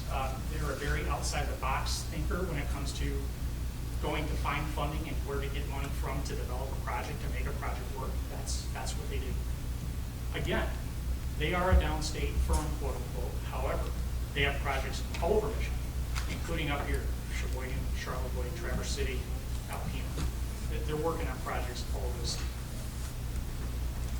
Their whole goal is to make sure this project gets across the finish line from a financial standpoint, and to help the board, Lenny, us understand some of the intricacies of funding and what things trigger funding, and how to layer that funding so it works not only from a legal standpoint, but from a project standpoint, a revenue standpoint, and an operations and long-term longevity standpoint. They provided a market study through their market study firm, who goes out and looks at the region and looks at the housing report for that region and says whether the housing is a viable project or not a viable project. Yes, initially we started off with senior housing. It rolled into multifamily housing, or multifamily/senior housing apartment. Since then, we've gotten the hard figures back on the market study that says, nope, you gotta slow down a bit. It's too much for the community at hand. So we did. We took cues from that. We listened to it and came back. And what you see now is 4 buildings of townhomes. Not apartments, they're townhomes. They're attached single-family units, not apartments. And the way we've got it split up so far is we created sort of a community within a community. We created a community for senior housing. So we have 2 buildings of senior flats, if you will, recognizing there's mobility issues with seniors and accessibility issues. A little more about myself, 15, 20 years of senior living experience. I've worked in affordable housing, senior living, skilled nursing, hospice, dementia, you name it, I've done across the state of Michigan. From at-home adult foster care facilities to 200-plus bed skilled nursing facilities. Being a younger fella, I understand seniors, I understand their needs, I understand the continuing of care. I've worked with many communities throughout the state. Our recommendation to Lenny was, if you're considering a housing component, strongly consider a senior housing component. And through that course of discussion, we said, hey, there's an opportunity here for senior housing that isn't assisted living. It's also not apartments. It's still living on your own, but you have close proximity to a senior center. That was our recommendation. The board felt it was a good recommendation. That's how we proceeded to this point. The other two buildings are family housing, which aren't necessarily for any specific age group. We're looking at initiative funding for those, not tax credits. It's a different funding program. It's a new funding program they're just coming out with, not tax credit based. So it's not affordable housing. It's for the what they call a missing middle housing agenda, right? It's for that segment of population that might not be in single family homes, doesn't want to have an apartment, but they're the middle, sort of that missing middle population where there's really not a lot of housing for you, and they base their funding, or they base their criteria differently than you look at tax credits and affordable housing. That's a whole nother hour-long presentation. So what we did is created this mixed community, but still separated it, recognizing there might be seniors that don't want to live next to a younger family, and that might be up all hours of the night. It's a walkable. It has sidewalks, street trees, right? To really bring home that downtown, old neighborhood feel, right? New urbanism, we call it in our industry. So it really becomes a walkable, small community, not just apartments dropped in the middle of a flat spot. There's a big building. We specifically looked at sight lines into the site, how these buildings are going to access the site, how they relate to downtown Lincoln, how they relate to the schools, the community center, the health center, and how this is going to relate overall as a quote hub for the community. So that's sort of an overall of where we got to today. How housing got into it was, there's a process, right? From the time Larry started his feasibility study to where we're at now, it's been 2 years. It's taken that long to get results, and we still don't have a final version. Market study took 6 to 9 months, right? Meantime, the community wants their senior center. What do? Well, we as architects started a process, and I'll get into the process a little more. Through the course of that process, you're looking at funding, you're looking at how you're going to get these projects to be viable. One of them, we were looking at a USDA loan for the community center. Well, loan needs to be paid back. How are we going to pay back the loan? We did not want to put a bond in another village out there for the community. So we talked with Lenny. I said, you know what? And Lenny said, what about a housing component? I said, you know what? Let's bring on Ethos. Ethos is top notch in putting together outside the box thinking for complicated deals. We brought Ethos on. Ethos said, you know what? If we make this a mission housing project, that can then have revenue generated to pay down the loan for that community center, thereby not having to have the community take out a bond or mortgage. Great, excellent idea. Well, to do that, Michigan's got certain deadlines, right? Every few months you got a different deadline. Well, we need to get going on this one. In the meantime, while we're waiting for the results of the feasibility study to come back on the community center that's going to tell us what needs to be in that community center, let's get going on our housing funding application. If we can get funded on that, we know we'll have the money to pay down the loan for the community center. So we did. That's how the housing got pushed ahead of the seniors. It was a process, right? Through the course of that process, we ran into the market study that said, nope, too many units.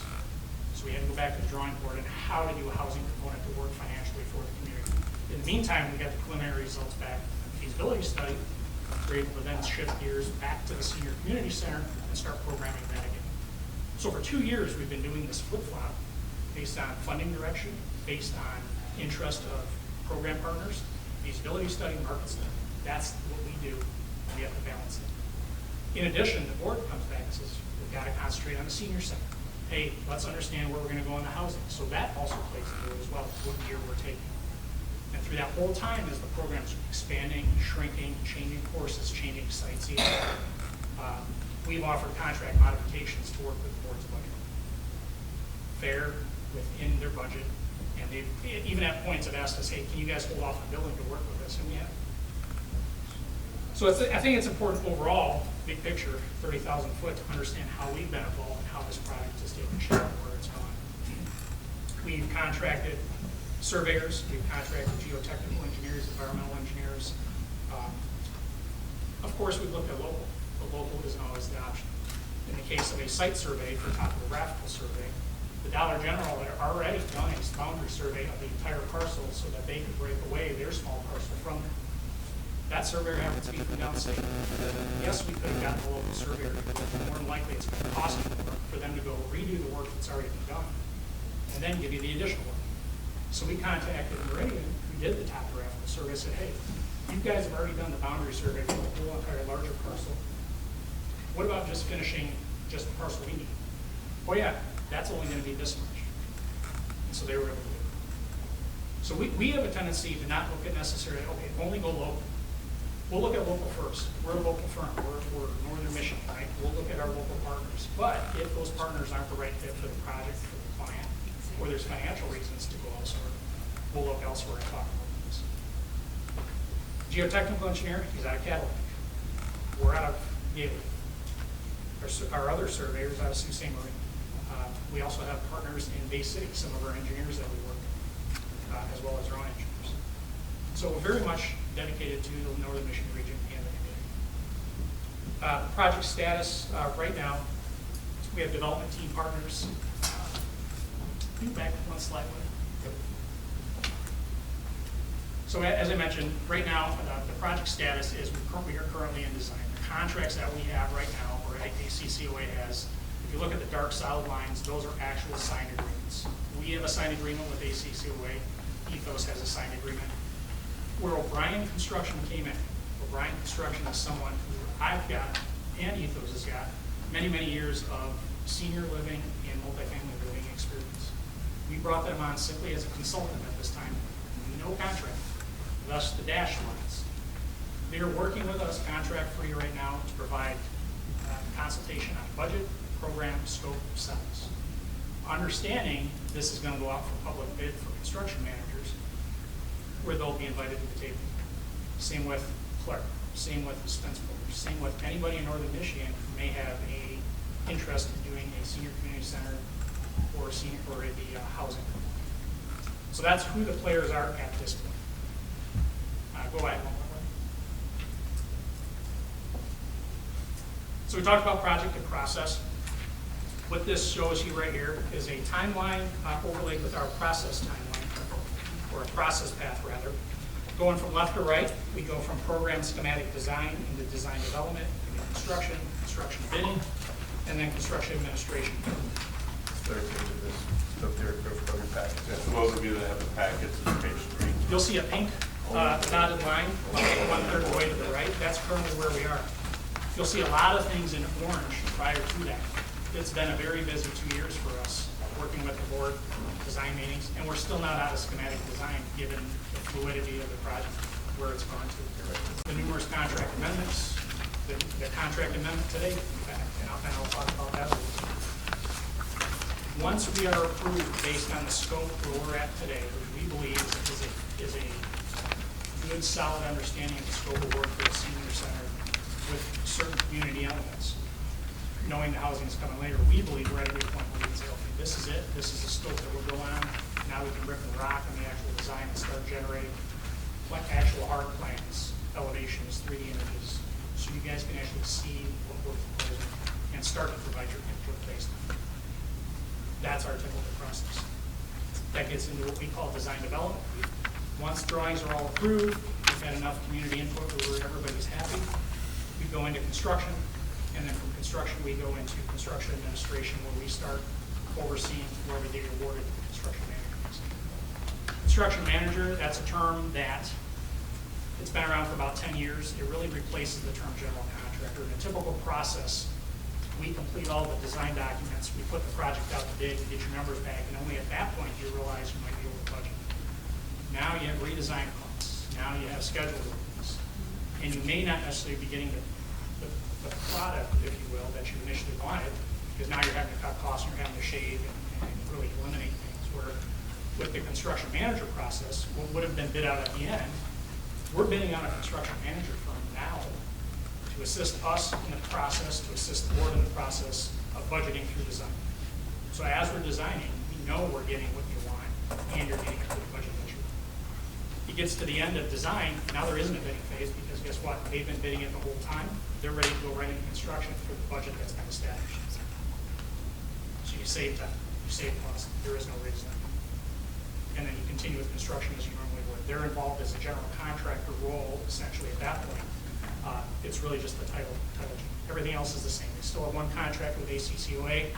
All their subs have a contract with them. It's only the fact that they've been involved on the design side, lending their experience from their subs, budgets, and current equipment costs, and current construction costs. Whereas we don't necessarily, we're not as in tune with that as their experience in area. So in a nutshell, that's the process. Next slide, Lenny, please. So where we're at currently with the community hub, as I talked about, we have schematics, and they truly are schematics. They are still very old. But what we have is, after numerous meetings and calls and programming, we have a 3-page document, Excel sheet of things that should be in the center based on the feedback that we've had, discussions that we've had, our experience with senior centers and community centers, because this is not our first time doing this. And what that has resulted in is a project that has grown from initially 2 years ago to 10,000 square feet to 80,000 square feet at one point, with numerous community partners expressing interest. VA, Alcona Health Center, Michigan, there's numerous people came and wanted to be part of the space because they liked what the project was doing. Unfortunately, cost, funding, scale it all back. So now we're at about a 30,000 square foot building, 1 story we're proposing, again, for reduced cost, senior focused with some community features, and that estimated project cost right now, estimated project cost, right, not hard project cost, is around $10.5 million. And that number is based on, again, market trends, current rates, and your neighbor next door, Crawford County, just bid a community center with senior functions. And that came in at about $227 a square foot, which is real-time numbers. Project that out, and that puts you where we're at with this project. This would also include some outdoor sports amenities, right? We're looking at basketball, pickleball, tennis, all abilities playground, a skate park, a splash pad, ice rink. How we prioritize those are really going to be more senior focused, obviously. So you're looking at basketball, pickleball, tennis, and then the other ones can follow down the road as money allows. Just the outdoor amenities alone is going to be about $2.5 million if you went all in. Therefore, we got a budget which ones are a priority related to the seniors. On the right side, you can see some examples of work we've done as a firm with community centers, rec facilities, community centers. So again, we're well versed in this. Next slide, please, Lynn. Okay, what you see here on the right is where we ended probably a year and a half ago, before the program changed a bit due to site restraints. The site moved from the Alcona Health Center site just north of that to where we're looking at now, just south of the Dollar General. And so that essentially is where we are now, and where we're evolving back to, based on the multi-page Excel spreadsheet. What that is really, it's a summary of spaces, and that's what's shown on the left. I've got some excerpts there. It really goes through and talks about support spaces, ACCOA administration, senior spaces, community spaces, fitness, wellness spaces, grounds office, work areas, and that ultimately has the number of those rooms, the size of those rooms, the area of those rooms, and that generates a total, and that gets us to where we currently are at the 30,000-ish square feet. Included in that, we also have additional future spaces that potentially need to be considered.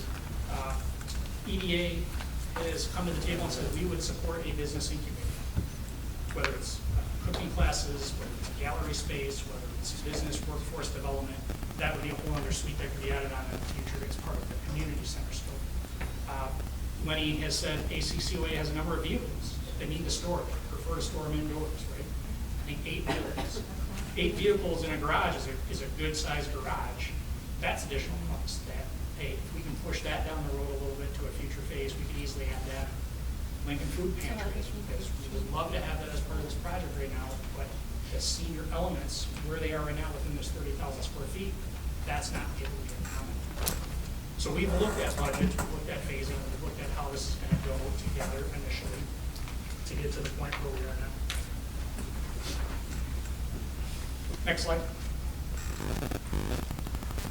So housing, right? I talked about shifting gears. We ended at this point here, what you see here, which is a conceptual elevation of how these elements might look, conceptual floor plans of how they might go together. Mix of 1 and 2 bedrooms. The multifamily, the family housing rather, would be a mix of 1 and 2 stories. The senior side would be all 1 story. Again, talking about mobility, accessibility, universal design, right? So that's where we've left this, understanding as of a couple meetings ago, we're shifting gears back again, focusing on the seniors. Go ahead, one more, please. So this was the first, or one of the first couple site concepts we had down at the Alcona Health Center, which is just to the south, the lower right side of the page. Alcona Elementary School is right to the left side of the page. In this concept, we had a larger community senior center, a farmer's market. We had multi-story senior housing. Then over on the Alcona school site, we had the outdoor sports amenities. There were a number of issues, conditions, contingencies with this site that just didn't work. Ultimately, we needed to shift sites. The first, or one of the first site options we had at the new site, we said, okay, all in, let's go. Let's see if we can fit everything. And we did. It was tight. It was 3-story multifamily, which even though we talked with the fire department, county, and the village was acceptable, we're going to have fire suppression in the project. Ultimately, it just really wasn't, I think, one, what you as a community responded to, and 2, it was too many units once we got the market study. So we reduced size. Ultimately, that's where we're at now. And again, it's not as refined yet because it's still very fluid. Really, this Excel spreadsheet that I've held up a couple times has really been firmed up in the last couple weeks. And it's going to continue to evolve as we go through the design process that I showed you earlier. Again, our focus clearly now, again, is the senior side. Housing will follow as needed based on funds. The MEDC grant that we have does include a housing. That was one of the conditions of the grant. It may not have been possible to even get the grant if it was strictly only for the senior. They liked the idea of a community center with all these elements in it, and that's MEDC in the state of Michigan. So I think that's something we need to consider is how do we include it but still make it doable for everyone?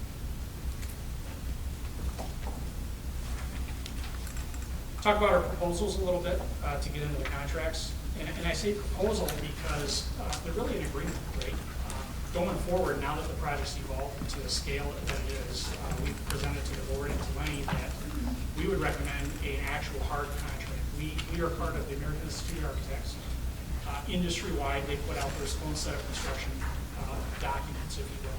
They're called AIA documents, construction documents, contract documents, really. They have, rather than a 4, 5, 6 page proposal, there are 20-some pages. And they're a formal contract. They have risk proportion in it. They have protection for the clients, in this case, Alcona County. They have protections for us as well as architects. But either way, there's more formality in that, and that's what we presented to the board, understanding that there's concern within the community. Lenny has already said, once we give it to them, they'd have legal review it. We have no issue. It's a standard contract that most all our clients sign, and their legal looks at it. And typically, there's no issue. If anything, there's usually something struck out, and usually it's not agreed. So the idea is that even if the agreement was approved today, you would still get a formal contract following up on that for everybody's benefit. A little history on the proposals, where they've come from thus far. Brad mentioned back in June of 2020 was our initial proposal. January of 21, the program grew up to around 80,000 square feet, as I said. That was an additional services proposal. And in January, the scope changed again to include,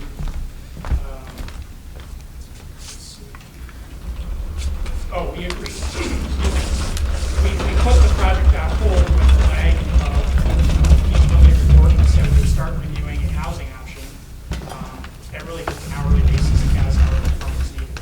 And that would help ACCOA's budget, so they have small increments versus a large contract.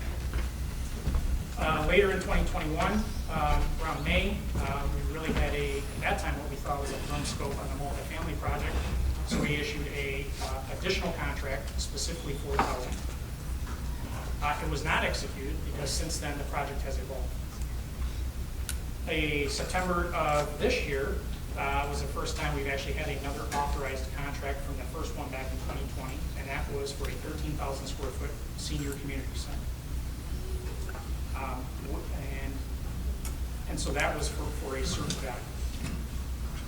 Later in November 4th, what we're here to talk about today was an amended proposal for a 32,000 square foot senior community center with our assistance to help Alcona County procure a construction management fund. So rather than us being part of the bidding process later on for a general contractor, we've shifted it ahead in the time schedule to procure a construction manager, thereby not needing a bidding phase later on. At that same time, we also submitted a second proposal for the housing portion. So essentially at that point, there's two proposals on the table that would have superseded the original proposal back in June of 2020, or hourly agreement that we had. And that's what we were supposed to be here talking about today. Based on the November meeting, we received comments about certain verbiage in the proposal, some of the numbers that were in the proposal, and there were some other comments, the CM portion. So what we did is we took all those comments and combined them into a new amended proposal to supersede both of those. And that's what the board has in front of them today. That's the 12-6 proposal that we're calling an amended proposal, because it truly is an amended proposal to the September community center proposal that they had already executed with us. In that now you have the community center, you have the construction manager process, and you have the outdoor amenities and the housing portion, all as separate line items in one proposal. You can review, approve them, deny them as you see fit. But in our opinion, that will take the place of the two November 4th agreements, as it incorporates all of the comments that you guys requested. So in a nutshell, that's sort of the evaluation of where we are today from our scope in our contract. I think the other thing to discuss, there was a comment or a question in the last couple of weeks regarding a AE fee that was put on the grant application for one value and how it evolved to another value now, which is what our current proposal is. And all I can say to that is at the time we submitted the NDTC grant proposal, there was no confirmed scope of work.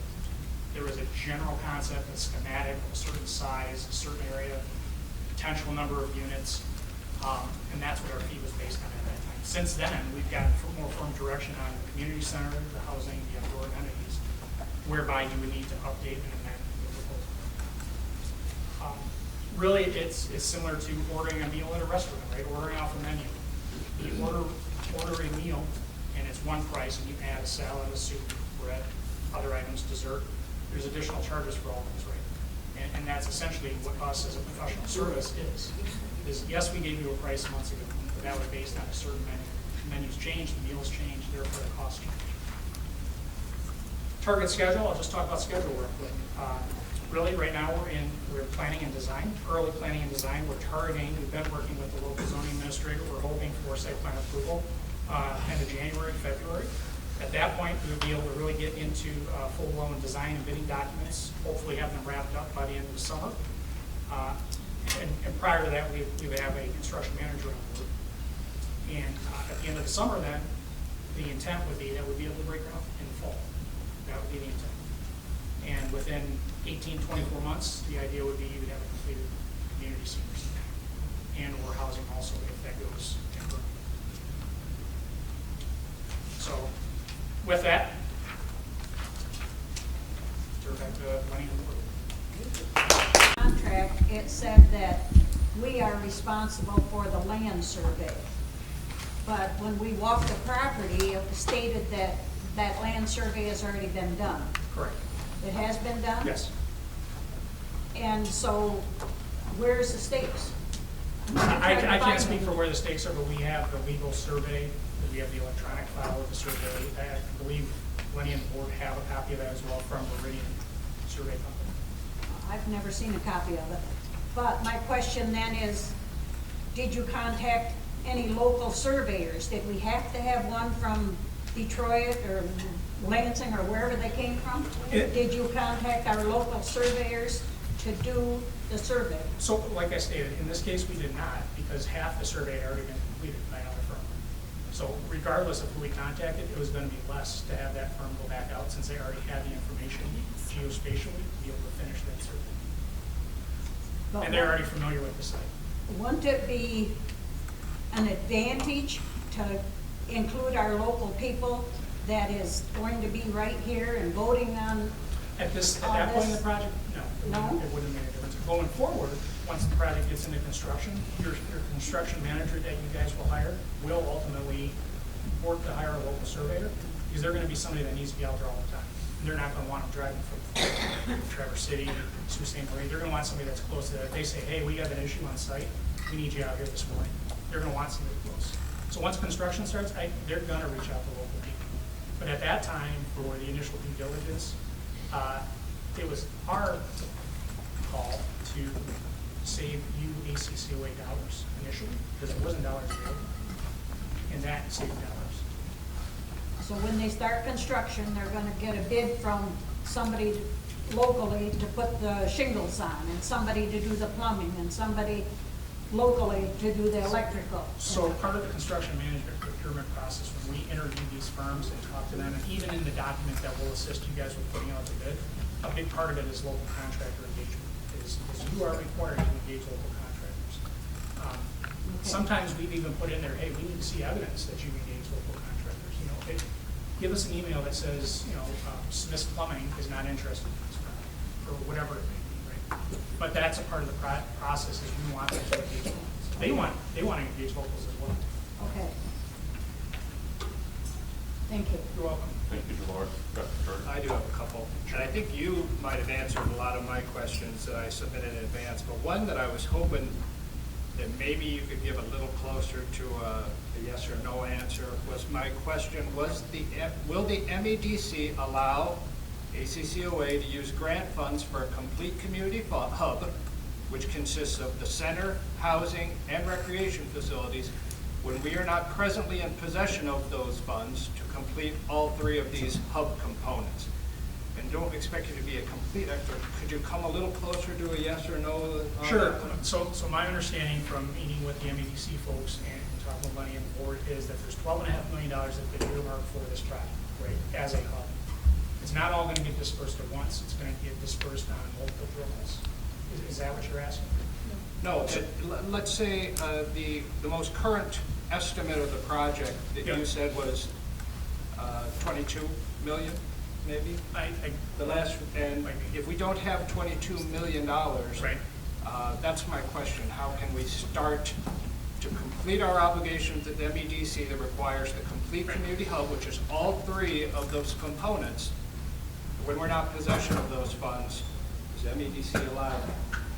That honestly would be a question for. So that would be a question that I would have for the new building project subcommittee, but I think I can further the discussion when we deal with this. Mr. Director, what I will say is that we will design and construct a project within whatever budget is available.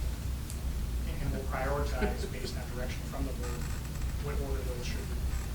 And I have one other question about the hiring of the construction manager. Sure. And I'm dealing with the contract that you gave us the other day, that you would put out a request for qualifications for the construction manager. With a request for proposal. Yeah.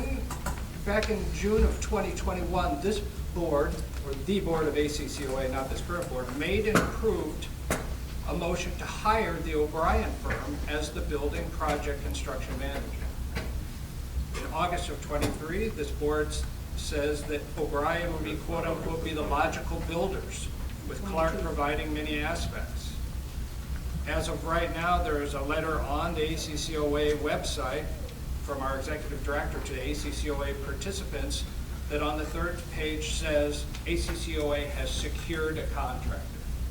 So my concern is, even though we haven't signed a contract with O'Brien, it sure looks like we have made a decision as a board to hire O'Brien as a construction manager, and I would be concerned about that.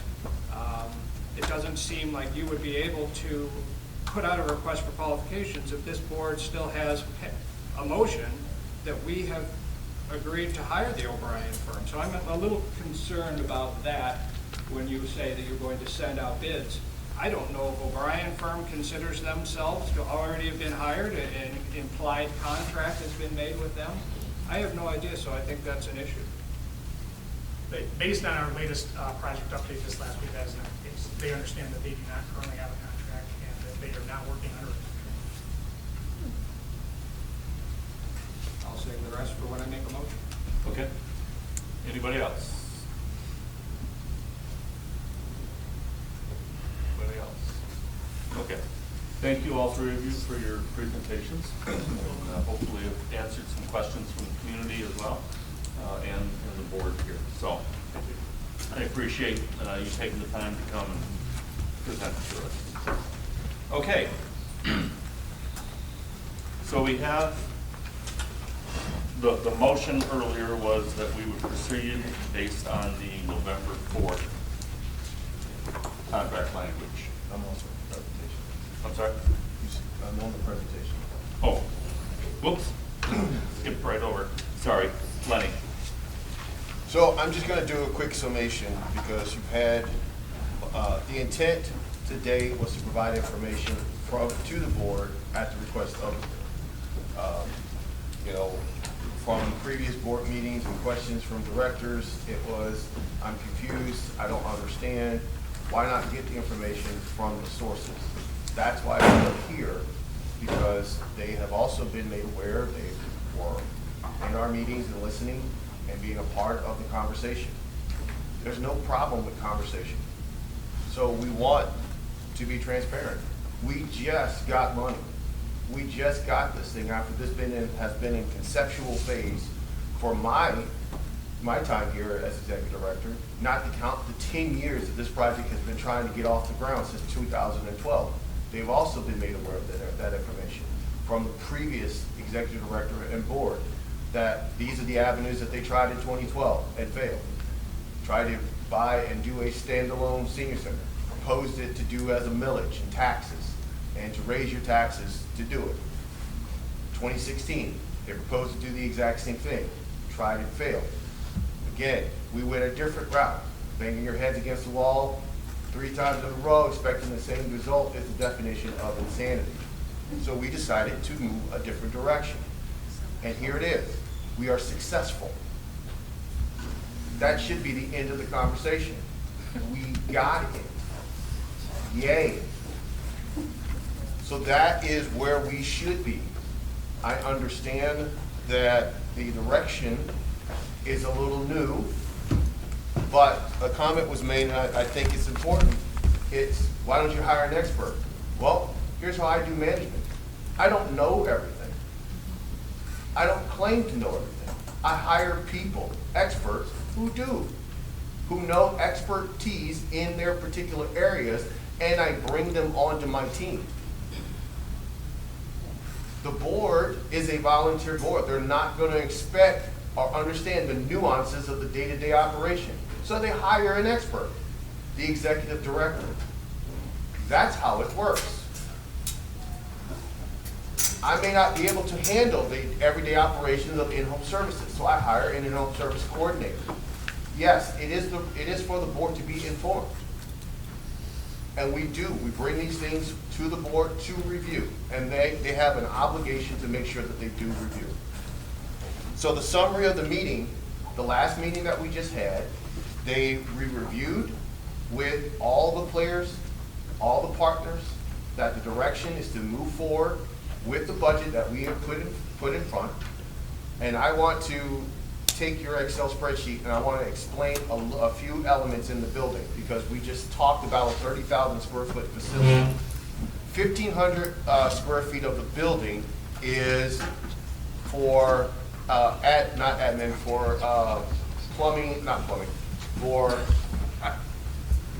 help me out here. The first 1,500. Mechanical. Yeah, supports, vestibule, IT. lobby, mechanical, electrical. Exactly. storage, Okay, so that's at 1,500.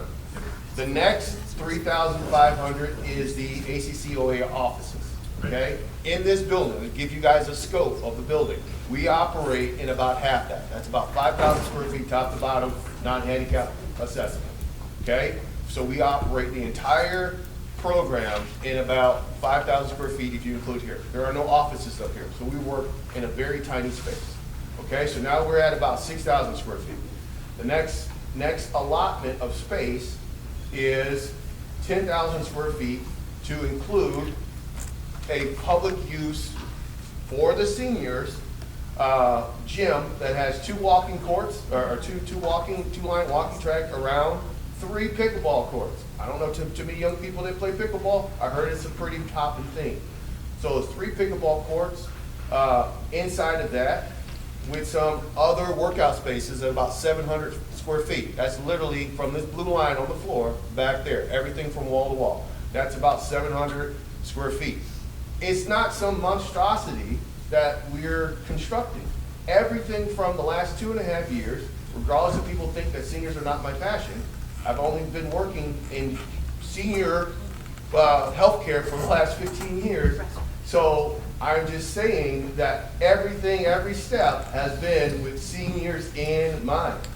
Also, being cognizant of where I live, understanding that Alcona County is not the richest county in our state, why would I bring a tax millage to you and say, hey, this is what the senior needs. You all agree this is what the senior needs. Now you guys get to pay for it. How many of you guys would say yes to that? Don't worry, don't answer me. So, in conclusion, I'm going to say this. You can believe it or not, but the numbers are some close to about $15 million this brain has brought in to this county in the 3 years I've been employed. Over $2 million of free food. Where did that come from? Magic? Comes from hard work. $12.5 million. Where did that come from? These people. These people. This person worked hard, tirelessly. These people went without a contract. That's professional speak. They work for free. Okay? The people, ask the locals, come back son when you have some money. That was the locals. Come back son when you have some money. These people work for free. Okay? Because they're just as invested as partners, as any partners that we could have. All with the same mindset of, you're not paying for it, but you want it, you need it. How do we help you? We've had countless meetings. The board has been invited to all of them. And I'm not going to throw them under the bus. But it's optional if they show. But we show. We talk. I'm also a pastor. My knees hit the ground for this. My knees hit the ground in celebration when this came. Because this is a blessing, not a curse. We should be celebrating as a community. We have your input. We want your input. Your input's important. But we need to move forward. We have a small timetable to work with. So, I hope that information is not a blindside. Information enlightens, helps you make a more informed decision. Everyone is ready to move forward with the process. The information that you have all requested has been provided to you to make an informed decision. These gentlemen have worked tirelessly. Larry, I cannot tell you how awesome that is that you put together a community assessment that we can use for the next 10 to 15 years. Everyone can use for the next 10 to 15 years because it's a matter of public record to get additional funds in this community. That's outstanding. And the amount of money from our general fund, not millage dollars, that we have spent has been a drop in the bucket to what we have received. Because we have been cognizant of costs. How can we do this cheaper? I think Sidock has heard me say, how can you do this on a poor man's budget? I have rich man's taste, but a poor man's wallet. And they've understood that. So, I want you guys to understand, there was some confusion of who wrote the contract. Meet these people. Who did the survey? There he is.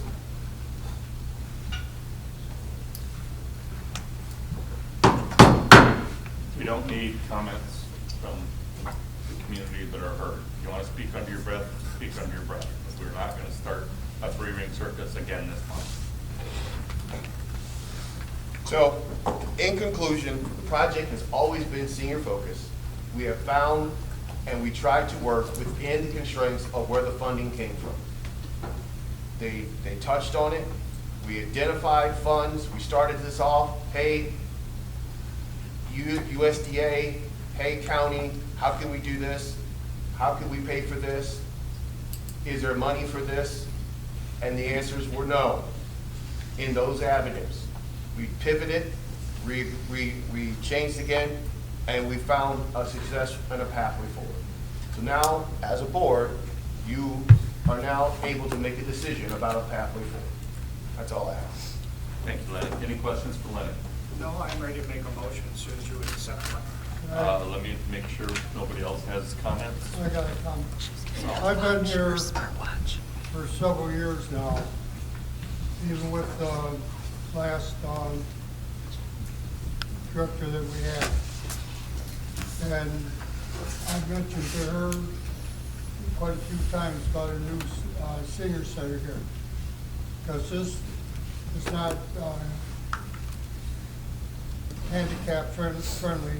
Lone seniors older that can't get around too well, like on a wheelchair. We've had medical doing stuff here. You'd come in, give blood and that.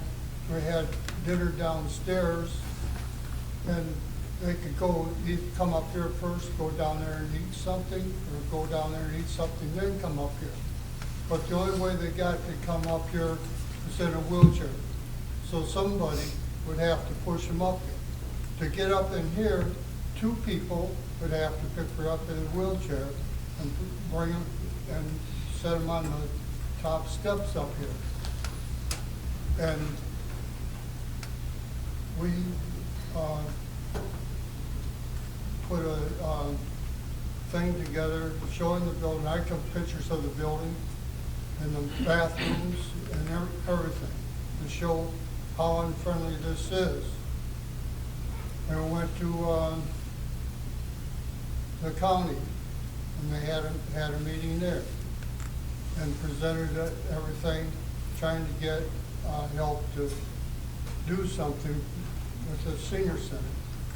Went to 4 or 5 of them, but that's about as far as anything got. And a lot of times when we had a severe storm, I prayed to God that a bolt of lightning or something would come down and hit this building. And then I know damn well that we'd get a new senior center. And now the opportunity has come. And you see, I know the community is bigger than what we got right here, but it seems so that everybody's trying to fight it, or most everybody. Now, I'm 82 years old. I come in here all the time, especially the pop-up pantries. And people come pull in about 12 o'clock, 12:30, sit up there for 4 hours, don't do anything, still coming down to see if they can volunteer to help fill the boxes and that, which would really help, and they don't. So that's how I feel about it. I understand Lenny's reason for having a community center, but I don't feel quite that way myself. And this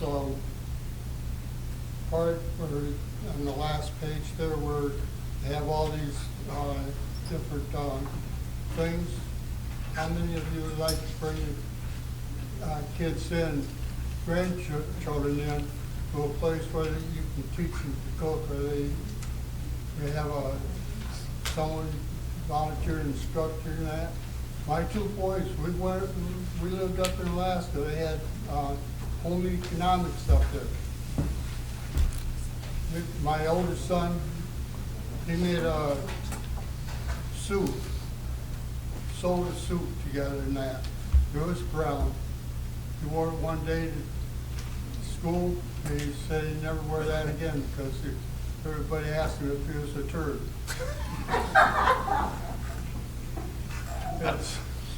But they had cooking, sewing that. I don't think they have anything like that in schools now. So whatever we can put together, I think it really help the community and help the kids also. That's all I got. Thank you, Ralph. Any other comments? I do. Yes. What I would personally like to see, and I've talked to a lot of people out in the community, I would like to see a senior housing, not senior housing, a senior center be built and designed so that in the future, 5 years, 10 years, whatever, we could add on, but I would like the senior center to be focused on a senior center. And then, as needed, put the housing on hold, put it in, put it in the background for now. Get this senior center up and running, get people coming back to the senior center to eat, instead of delivering all these meals to people that can get out and come. Some can't, I know, but a lot of them can come down here to eat. They used to, they loved it, they enjoyed it. We need to get back to having the people come here, build a senior center with senior needs, and then add on as time goes on. That we can read. These are so tiny, we can't read them. Leroy, I believe you had a comment. Was it you? No, not really, but I would make a comment, though, that, we're still here on the first contract, and it's nice to get all this other stuff now, but it's the first time I've seen it. Certainly like to have time to, look it over. Regardless that, this project went on like it is, I mean, also being pastor chaplain, there's a verse in Luke, I think it's 14:28, that says, a man that starts a project without the money to finish it is a fool. Right now, that's where we're at. There's a bunch of fools. So anyway, I'd just like to get on and vote on what we came here for, and then I would love to go over all this stuff later. Okay, thank you. Any other guests? Will? I have a comment. The $12.5 million that the state has agreed to give us has strings on it. To actually spend that money, we must build a community center, which can have lots of senior related space. That's not a problem.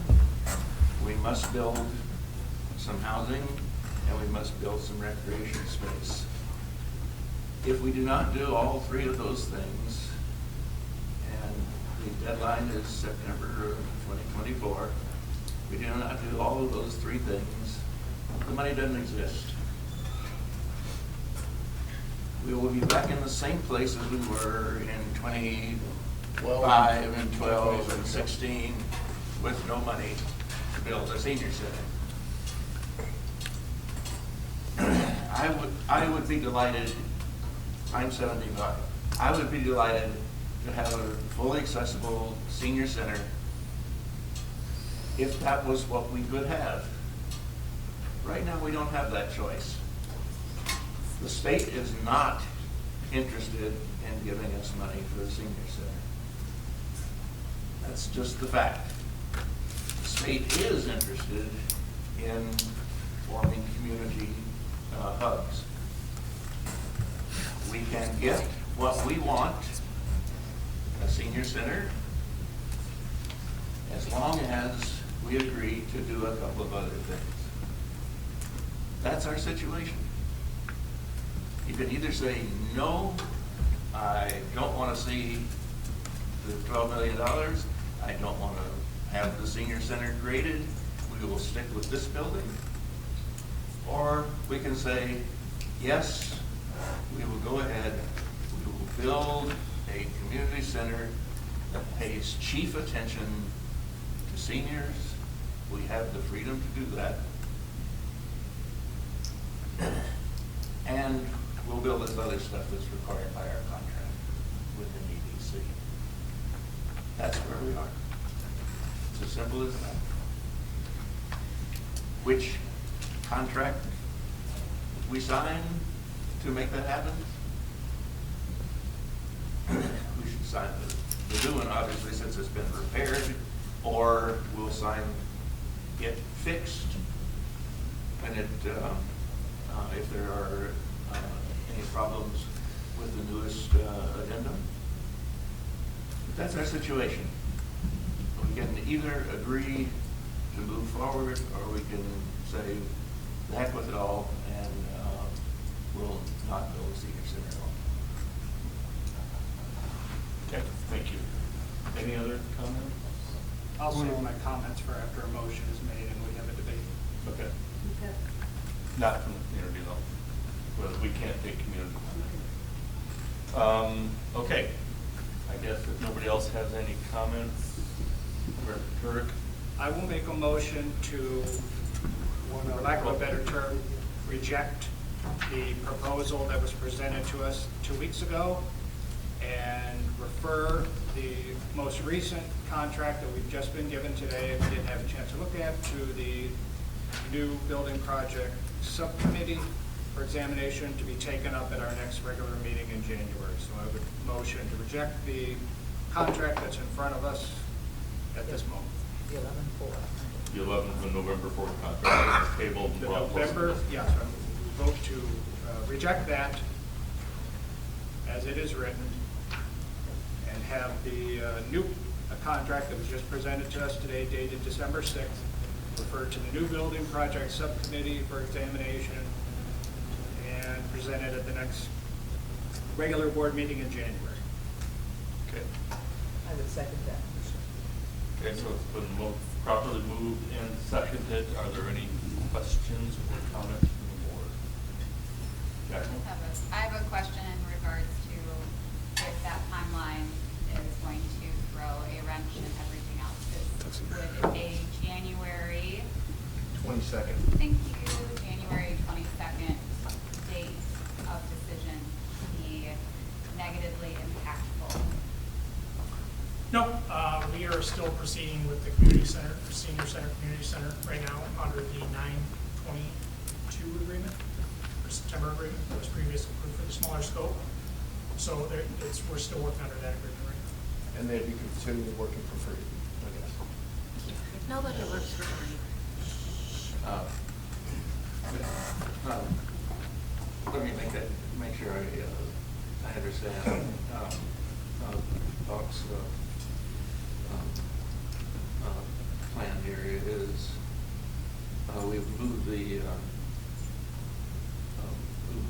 latest submission dated, whatever it is, 12/6. Anyway, this spot to the building committee for its recommendation to the board on the January 22nd. Yeah, that's correct understanding. Yeah, so I can split it into two different motions. If we No, need to. One to I just- reject and one to refer. No, that's fine. I just want to make sure I got it. Can I make one quick additional comment? So back to your question, Director. We would continue with community center planning and design under the September contract. What we would want to be able to do now, which is part of the current amended proposal, which at your subcommittee meeting will discuss, is the construction manager procurement process. To maintain timetables, time is of the essence of it. You don't want to get too far with design and find yourself in a position where you have to backtrack and have a construction manager start to dictate say, you gotta cut this out, you gotta cut this out based on budget. Ideally, now would be the time you wanna bring them on board, work hand in hand with us as we get into the design process, just to let you know. So we would not proceed with that unless we have direction. Any other comments? Before the motion. The motion has been seconded. It's been made and seconded. And then Still- we're not voting, are we debating the motion? We're still debating the motion, yes. Point of order, I'm sorry, Mr. President. Just a point of order. You've got a tabled motion from the last one. You've got Bob's and Leroy's current. Just a recommendation to make sure you get this right. Maybe you ought to get rid of the tabled motion. And if they want to withdraw theirs, I'm sorry I interrupted. I just Yeah, and I think that's probably good advice so that we don't get. We brought back the tabled motion from last, we reopened it. Yes. So that table motion. We did already. We reopened it. Yeah, we reopened that one. Close it. So now we need to move on. Well, this motion would close it, correct, by rejection.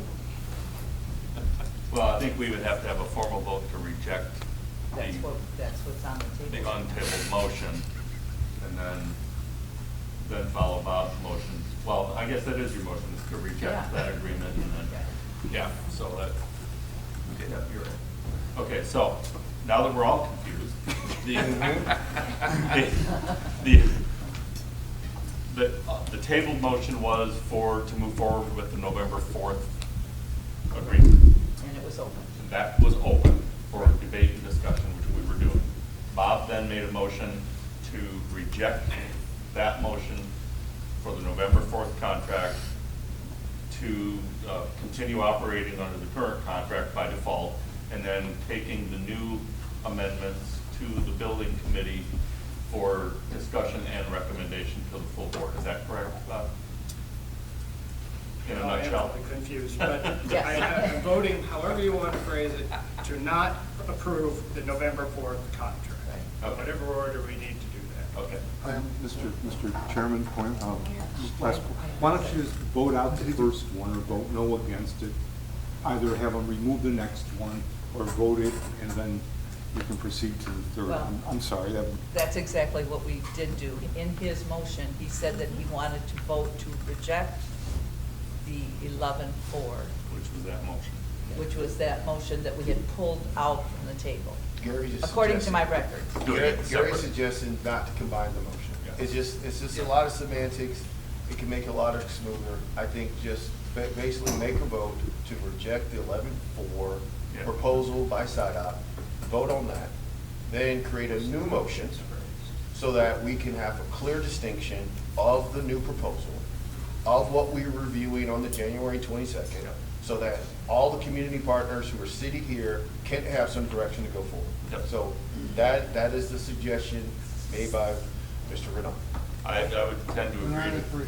Well, here's That's the as problem clear with as that. mud. We've already got a motion on the table that Dr. Turek and was seconded, Well, the so. first, and that was probably my mistake, the first motion needs So to be I will dealt with. withdraw that one. Okay, you You- withdraw? You're withdrawing your current motion. You have to vote, it's been seconded. Yep.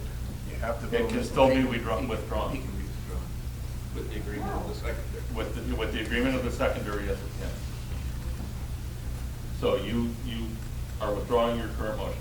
I have to tell you, I'm very confused because I can't Yeah. hear everything that's going on. Yeah. Are we all agreed parliamentary wise? We just want to reject the November 4th Right. proposal. Right. And How do I, we make that so? okay. Okay. And I will agree to reject the first motion we brought, first and seconded, to accept that one just as that. Okay, so, well, now that it's all clear as mud, I know. let's do it, let's try and do it this way. We have a motion on the table that was brought up from the last meeting. That must be, parliamentary-wise, be dealt with first. Right. I shouldn't have allowed your motion yet because we still had that motion on the table. So if you would withdraw the motion that you made a moment ago and you can remove after the vote, that's fine. And if you would withdraw your second, then we can deal with that tabled motion And that's properly. what he said. Is that okay with you? Yes. Yes. Okay with you? Any discussion? I hope to God not on that. Okay, all right, so we have a motion on the table to reject the November 4th contract, or the motion to reject that. The addendum, the addended fees. The addended fees. Not the contract, the addended. The addended fees, that's right. So we have a motion to reject the addended fees. Okay, now, we better do a roll call on this one. Am I seconding it? Yes. You did, yes. And a roll call, please. Okay. Oh, Dolores? I'm thinking yes. I really don't know. It's Well, really let's hard. make it clear. If you vote yes, you're voting to reject the amended fees that were brought up on November. Okay, I'm gonna say yes. Okay, Dr. T? Yes. Jacqueline? Yes. Will? Yes. Mike? No vote yet. No vote for you, yeah. Ron? Yes. Okay. Leroy? Yes. Okay, Pam? And Pam, yes. so it is unanimous to reject the amended fees. Now, Now another. Mr. Director, you have your motion to do whatever it is you wanted to do. And the November 4th resolution proposal has been rejected. Has been rejected. So I would make a motion to take the December 6th amended contract, which we presented today, refer that to the new building project subcommittee for evaluation, put on the agenda for a vote and further discussion in our January meeting. Okay. Second. All right, it has been properly moved and seconded, and I'm not going to try and clarify it. This is Don't not try. going to help. All right, so it's been properly moved and seconded. Any discussion on the motion on the table? I would discuss. Yes. Director Turek. One of the things that was brought up in the previous meeting was Director Schlicker had referred to in the back page to that contract, the next to last page, something about reimbursable expenses, how that they were going to bill to the client for actual costs plus 10%, and that included long distance travel, which I happen to agree with. But what was pertinent is that the executive director replied to her when she asked, why does it have to be in there? He replied exactly, because that is their standard language of contracts, because they do business. And that is the point. That is their contract made by their lawyer on their terms to benefit them. I would not know any businessman that would sign a contract under those terms without referring it to his own lawyer to examine. I was glad to hear the executive director say that if he does not have expertise, he refers that to somebody else. That is exactly what I would hope the new building project subcommittee does at some time before we're asked to sign a document. Get competent legal counsel. I don't mean my cousin Vinny type of lawyer who gets you off a parking ticket. I mean somebody who is specialized in construction contracts. The other thing that has been brought up is that there was no second, how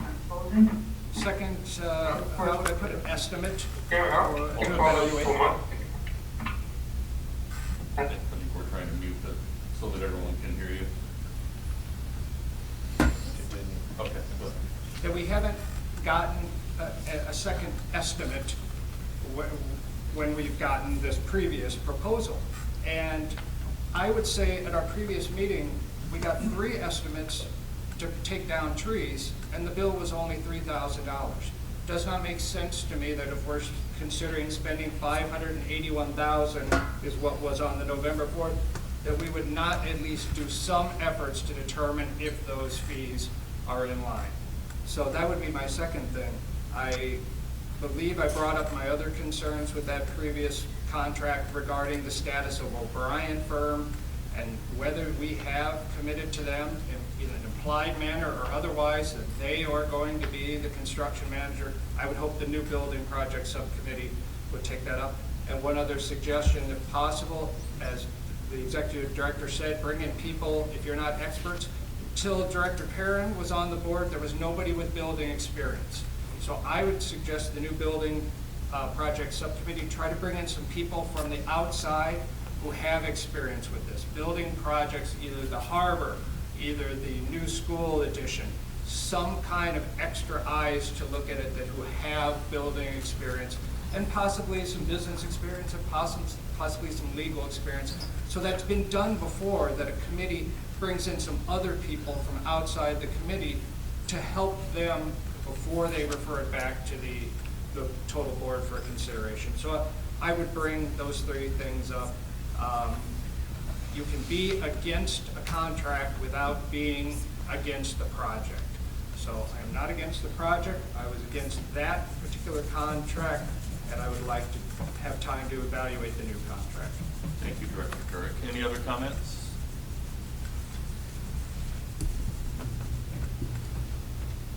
Any other comments?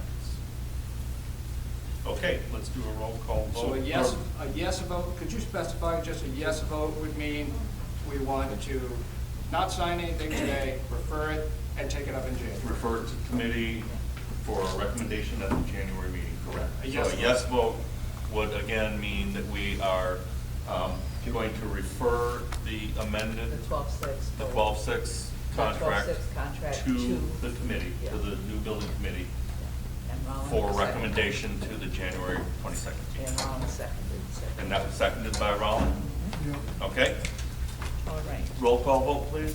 Okay, Dolores? Yes. Doctor? Yes. Jacqueline? Yes. Will? Yes. Mike? You don't get to vote. Sorry, I just like saying it. Rollins? Rollins? Yes. Leroy? Yes. And Pam, yes. Okay. And just for fair measure, yes. Okay. Okay, so the vote is unanimous. The roll call vote is unanimous and the motion passes. So we will refer that matter to the new building project committee, who will, the chair will set a date for all to meet and then discuss and debate and then make a recommendation at the January 22nd meeting. Okay? All right, perfect. We do have public comment time available.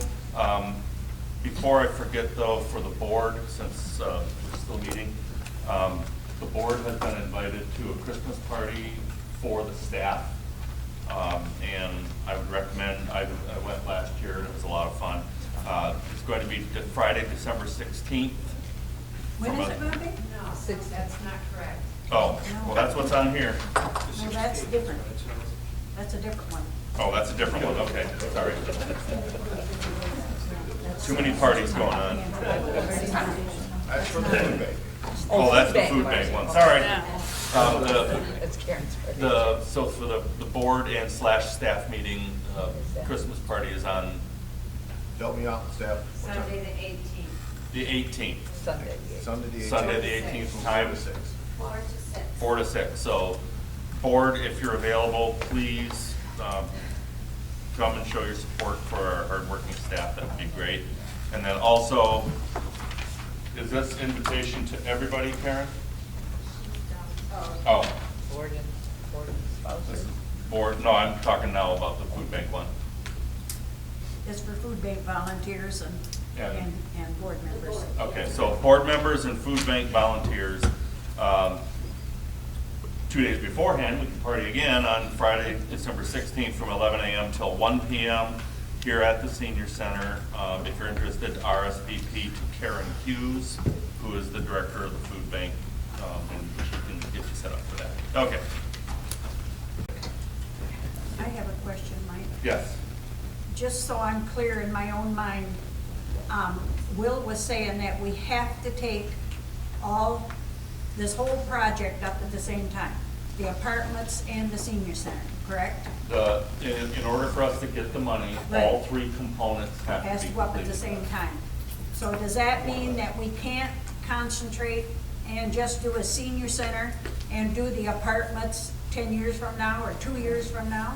That means we gotta bring all three up at once. What happens if we get 3/4 of the way up and we run out of money? That won't happen. That's It where. won't happen, we're That's sure. where, Because that's where Sidock said that they would only work within the scope of our budget.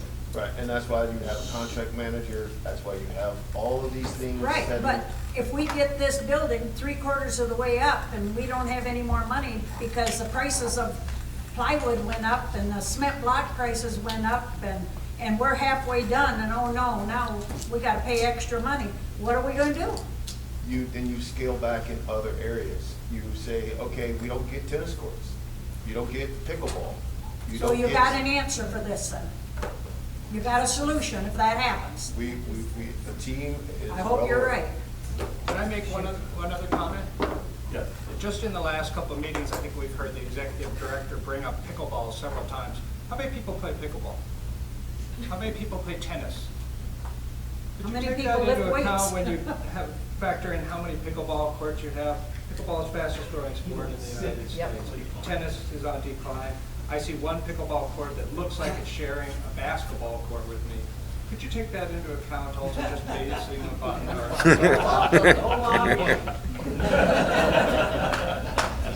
We're all seniors and we want it, right? Is that an official board direction? No, can I make one more comment? So, Director Turek, there's many meetings yet to be had on design, and we are going to encourage that any stakeholders that have say in that are involved in it. Repeat it one more time. My hearing is a little bad. We're going to have multiple design meetings going forward. Any stakeholders that will have a say in the design of this building are more than welcome to be involved in it by the reps. You got quite a few pickleball stakeholders out there. Yeah. I've always wanted to play. I don't know if that counts or not, but I haven't played yet. Okay, public comment. Any further public comment? Oh, I'm sorry. I didn't. One last comment? Okay. You know, we're talking about this new contract and whatever, and that's great. You know, I'd love to see all this stuff. However, I think Rich Bray made quite a point that probably ought to be checked into. It sounds pretty important to me. I'm sorry, Leader, I didn't understand what the point. I didn't get it either.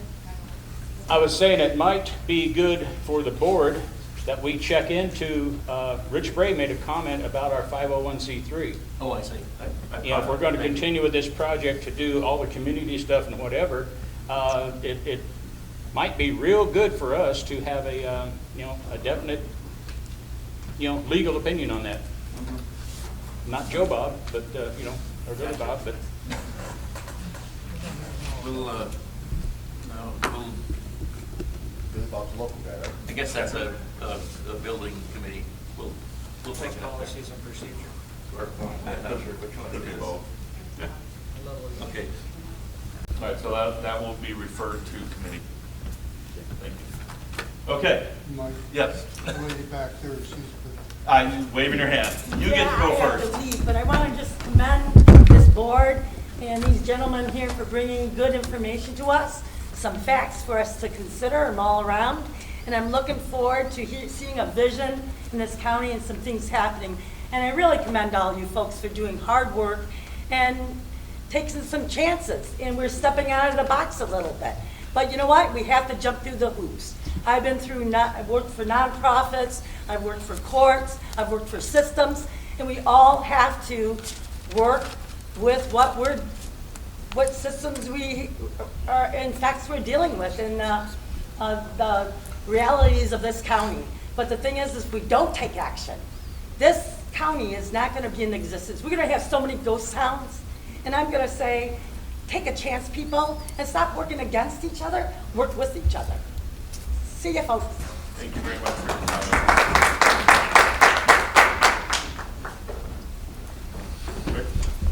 Sorry, I talked again. But I just want to clarify something everyone knows. If we don't do the housing, we don't get the grant, right? There's over a $9 million shortfall in doing the project. And I don't think that we can do this project, this whole project that satisfies the state and the senior center for $12.5 million. I'm not an expert, I'm just saying. To make it up in shortfall or cut things, you're not going to be able to cut $9 million out of this project to get the full thing done, okay? The other thing I'm concerned with is this housing subsidized? Is this low-income housing? Is it self-supporting? It hasn't really been clear to me what this housing is. What's required of the state that this housing is, okay? Just something that I'd like to know. Your survey, I'm a statistical guy. I think that the survey was not done correctly, and I'm not an expert, but when I talk to people in my area, they've never heard of a survey. And so for some reason, this survey that's done, it was focused more on younger people. I don't think we got a true representation of the community. That's a gut feel. You can argue with me, and that's okay. I don't like the thing that we got like a gun to our head. If we don't do this right away, we're going to lose the money. Because I don't believe that doing something that's wrong is worth going ahead of because the money is available now and not later. There's always chances to get it done right the first time and get the money later. And then the second thing I want to talk to Mr. Avery specifically is these gentlemen don't work for free. Okay, I'm a contract guy. These guys they propose contracts and give you a lot of information. You may not pay them anything. They're going to get their money back. And in their budgets and their community, don't look at that timer, they know that they're going to have a certain amount of loss in their statistics. So we're not working for free, okay? Okay, your time is up. Thank you. Thank you, Rick. You know, by his comments that I've heard, Matt, we'd be just well off to give the $12.5 million back to the state. Yep. Get it. If it's wrong, we should. I want to say this. I apologize to you gentlemen. I did no despairing. I know you guys did a job to do. You were working under a lot of stuff and information that I feel that you weren't misled or anything like that, but you were dealing with a floating plan. You had nothing really specific to deal with. So I apologize to you gentlemen. I did nothing, and I apologize for my harshness. I should not have talked that way. And I apologize, hope you forgive me. The content of what I said could have been said in a better way, more concise. And I appreciate you for listening to me, but I do apologize to you gentlemen. I know what you guys got to do. I used to plan projects, so I understand what you guys are doing. But there's been some loss of communication. And I hope that the board will do due diligence now before it's due. That's the only thing I ask. Again, I apologize for my harshness. I should have, in many ways, changed what I said, but I'm sorry. Thank you, Jerry, and at least on my part, your apology is accepted. I can't speak for the board, but I'm sure they all feel the same way. So, thank you. Can I make a motion to? Not yet. We have to allow the public to speak. Becky? Sorry, she was... Debbie McKay, Barton City. I'm a former employee of ACCOA, so I have firsthand knowledge of how compassionate, dedicated, hardworking the staff is. Without what they do, many seniors would not be able to stay in their own home. They would feel hungry. They would not be able to get to their own medical appointments needed. What ACCOA does for this community is so valuable. We need what you do. You are so appreciated, and I just publicly want to thank you. I know many others feel the same way. And then I have two quick questions. Some time ago, I saw Mr. Avery on an interview on WBKB TV where he said $12.5 million would be a big part of paying for the community hub, but the rest of the money would be coming from donations and investors. And I'm just wondering if this is still the plan, and if so, what has the investors been told they may be able to expect for a return on their investment? Thank you. Thank you. I'm sorry, I didn't mean to call you Becky. That's okay. I get that a lot. Executive Director, would you like to? You want me to respond? Yes, please. For the love of God, people, we have a new proposal with a budget in hand. Excuse me, Mr. President? All of this, excuse me, you asked me to respond, please don't interrupt. It'd be nice if you'd respond a little nicer. Very well. I apologize, but here's the situation. Reaching back from 2000 to 2001 to old ideas when we were in the conceptualized phase is not where we are currently at now. We have presented to you for over an hour and a half of where we are at now. We have crossed the River Jordan. Okay? And the scripture that was quoted also, it says, take an account. That is what we have been doing. Taking an account of our budget, what we can do. I will point out one more time. We have taken an account, and I've only spent the money that we are looking to do, only spends the grant money for the seniors. There are very few community amenities in the project for the community center. Yes, I would like additional community stuff, but you know what? I'm going to go find more money. Because that is what the overall phased approach of this project is set for. So the shortfalls are the additional funding sources that we are trying to get for the phased project. However, if they don't happen, we build what we can build. That's it. If I go to the restaurant and I got $12 and it costs $11.50 for a burger and fries, I don't add a soda. Because that's all I got. But if I see my friend, he gives me a 5-spot and says, hey man, why don't you sit down and have one with me? Well, now I can add a soda. But if that doesn't happen, I stick with what my budget is on the menu. Can we follow that? Okay. Thank you. Just for clarification, there are no investors in the current project. Well, I'm not sure it was the original proposal, but along the way, there was a proposal that did include investors. That is not currently live. It is dead. So there are no investors. Thank you for clearing that up. I appreciate it. Thank you. Judy? Hi, Judy French, Harrisville. About the money. So, first of all, ACCOA had an offer for land for free. That would have been a big enough piece to build said hub.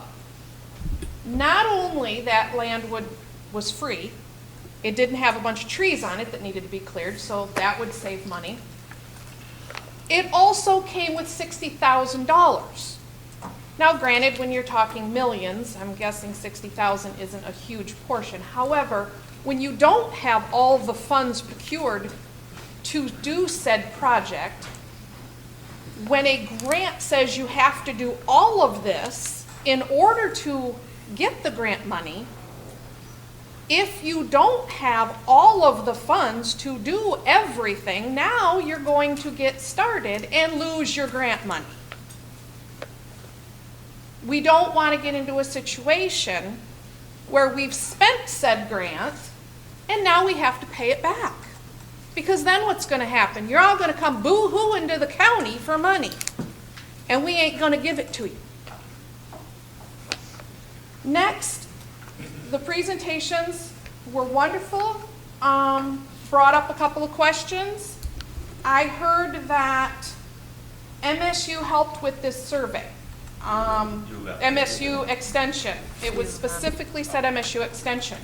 I am involved with MSU Extension. I know people who work there very well. I'd like to know how exactly that was. The other question is about bidding. Bidding on this project for local contractors.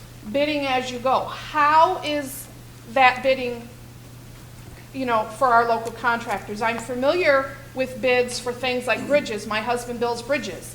The bid comes out from the county, typically the year prior. Thank you, Judy. Do you got more? I'll give you my time. Gary. I know you've been trying. Gary Vernook, Mitchell Township. Since we've turned this kind of into a Bible study with a minister and a chaplain, Genesis 11 comes to mind about the building of the Tower of Babel. So far, we've managed to split the community and the language quite a bit. It scares me that government funds are coming in.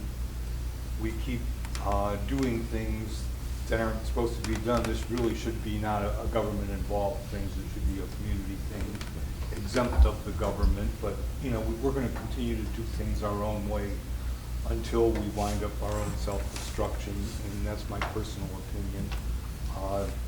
Kind of found that, you know, our government doesn't function the way it's supposed to. Everybody wants to do everybody else's job. The church doesn't function, the family doesn't function, and we're going to build a project, and it just, I would really exercise caution on this. Thank you, Gary. All right, did I see another hand? Pam McKinnon, Lincoln. I too would like you guys to check with the IRS, make sure you cross your T's, dot your I's when this grant money is involved. I feel like for a senior center, you're kind of selling our souls. All we want is a building. You can do quite a bit with $60,000. It's a great start. The land's free. When you get everything else involved, and then they can get more people involved and more people involved, then they all come in and tell us what we're going to do. Right now, we don't have that, and we don't really want that. I don't know anyone that really wants that. We have people, we have NUMSCA, we have Habitat, we have other options for housing. So just to get a senior center, you're forcing us to go into it. I've lived here since '78. My parents brought me up here. They started a business. Everybody I went to school with had to leave the community to go get jobs, and they're in their 50s, early 60s, and they're trying to come back up north because this is where we all want to be. But it's a reality. It's been a reality since the 70s. It isn't going to change because you guys build this hub. A hub is not the answer to bringing people, young people, keeping them here to work. It just doesn't work that way. Self-employment does that. You're able to do that if you're a farmer, or you can build your own business. But you're not going to get it by building this hub. Just because you build it, they're not going to come and they're not going to be able to stay. I think you're selling our souls for a building, and it saddens me. Thank you. Rich, and then Phil. Yeah, I want to thank you for your presentations. Mr. Avery, you summing it up really helped. And I'm not against this community center. I've said it over and over again. And there is a way that I know of that you can change your IRS status and maintain your tax exempt status. But it's not going to be popular with the rest of the people that stand behind me. And it might not be popular with you. But you would have to change your bylaws and your mission statement to include community, which would then go to Alcona County Commission on community/aging. That's legal. You can do that. No recourse, no loss of your IRS status. And I would be remiss if I didn't say that. But I think that the community wants to know that within that block, they're going to have a place for seniors and seniors alone. And I hope you understand what I'm asking here. A place where if we want to bring our children in, we can, or grandchildren, but I think this building is set up for us. To your survey, you said that 25% of 1,000 were age citizens. That's 2.5% of the 10,500. That is 262 people. There are 4,800 senior citizens here. They were not targeted. They were not asked about this. That's why you get the outcry. That's why you get the outcry. To do a pure survey and target the people that are concerned with this, you have to target those people. And I mean that with all due respect. And as a college professor, a doctor, you know that. This didn't cover, 20 seconds. thank you, this didn't cover the age community. 2.5%. That's 262 out of 4,800. And that's why none of us got a survey. That's why we're upset, Mr. Matern. Understood. Thank you, Rich. Phil? Go Potter from I'm in Harrisville, actually, my address changed. Recommend to the board. I heard Mr. Miller refer to, he's been in touch with Mr. Avery. He's been in touch with Mr. Avery. He's contacted Mr. Avery. You're the board. Does Mr. Avery work for you or do you work for Mr. Avery? Okay? The other thing I'd like to really bring up to protect each and every one of you, and I only know a few, is I don't think you'd want to lose your farm. I don't think you'd want to lose your business. I believe in the best interest of the board, you hire an attorney to sit into these meetings, and like there was so much confusion with the motion. If the motions are not made right, that's a violation of the Opens Meeting Act, and that can result in a lawsuit. The county don't want no more lawsuits. I don't think you guys would want a lawsuit. So who works for who? Who's protecting you guys saying, no, no, no, no, you can't make a motion that way, you have to do it this way. This is a roll call, this is just a yes and a no. Aye, nay. We don't need a roll call for everything, but yet there is some things that you guys approve that need a roll call. Those are all violations of the Open Meetings Act. So my advice, as ex-president of the village for many years, and on the board for over 20 years, that you guys would consider hiring on a professional attorney. You know, such as, I've heard rumors in the village, and I'm well known in the village, that Mr. Avery didn't need permission to buy that property. He did it on his own. That's spending taxpayers' money that the board, I hope this rumor's false. I hope this rumor's false, but if that's the case, who gave Mr. Avery the jurisdiction to spend that money? The board is supposed to be working for the taxpayers. Just a question. Thank you, Bill. You're welcome. Just for clarification too, having a roll call vote is never a violation of the Open Meetings Act. Okay. The only reason I did so many today is because I knew there were going to be contested votes, and that way it's all on the record, and we're not trying to do it by voice. So Okay. just as a clarification. Thank you. There again, an attorney could present that. Yeah. Anybody? Oh, you're scratching your neck. Okay, I thought. Lisa. Lisa Turek, Harrisville Township. Just want to say about the incubator project. I know it's a great idea and it sounds wonderful for starting up new businesses, but I think Mr. Molnar also did a feasibility study on the incubator project in Harrisville. And that didn't actually turn out like an incubator project. There's really just one business in there now that I know of, maybe another.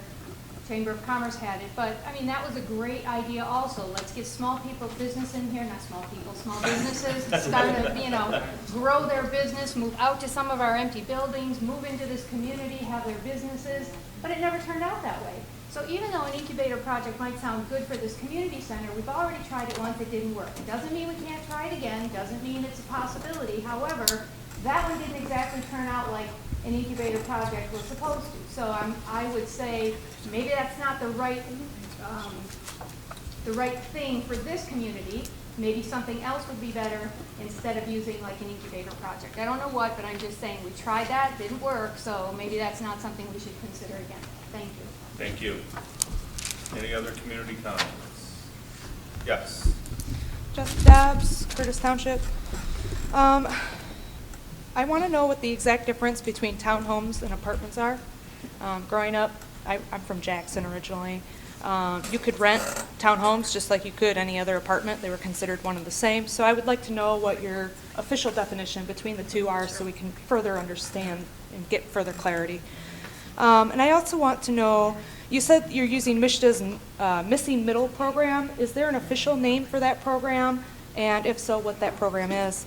I also wanted to point out in your slideshow for the second presentation with Sidock, it was showing that 10.5 million is used for the community center and things, whereas 2.9 million is being used for ancillary things like the pickleball court, blah, blah, blah. That already goes over the 12.5 million. I know we're saying we can remove some of that. That's cool. I also wanted to say I'm a business owner of 3 businesses, actually, and we moved here in 2021, of January 2021. And we never received any sort of survey you guys were talking about like new business surveys and stuff like that. Never seen it, just throwing it out there. I think that's it for my time. Oh, open meetings thing. 4 seconds? Okay, open meetings. I just want to let you all know that technical communications can be FOIA'd.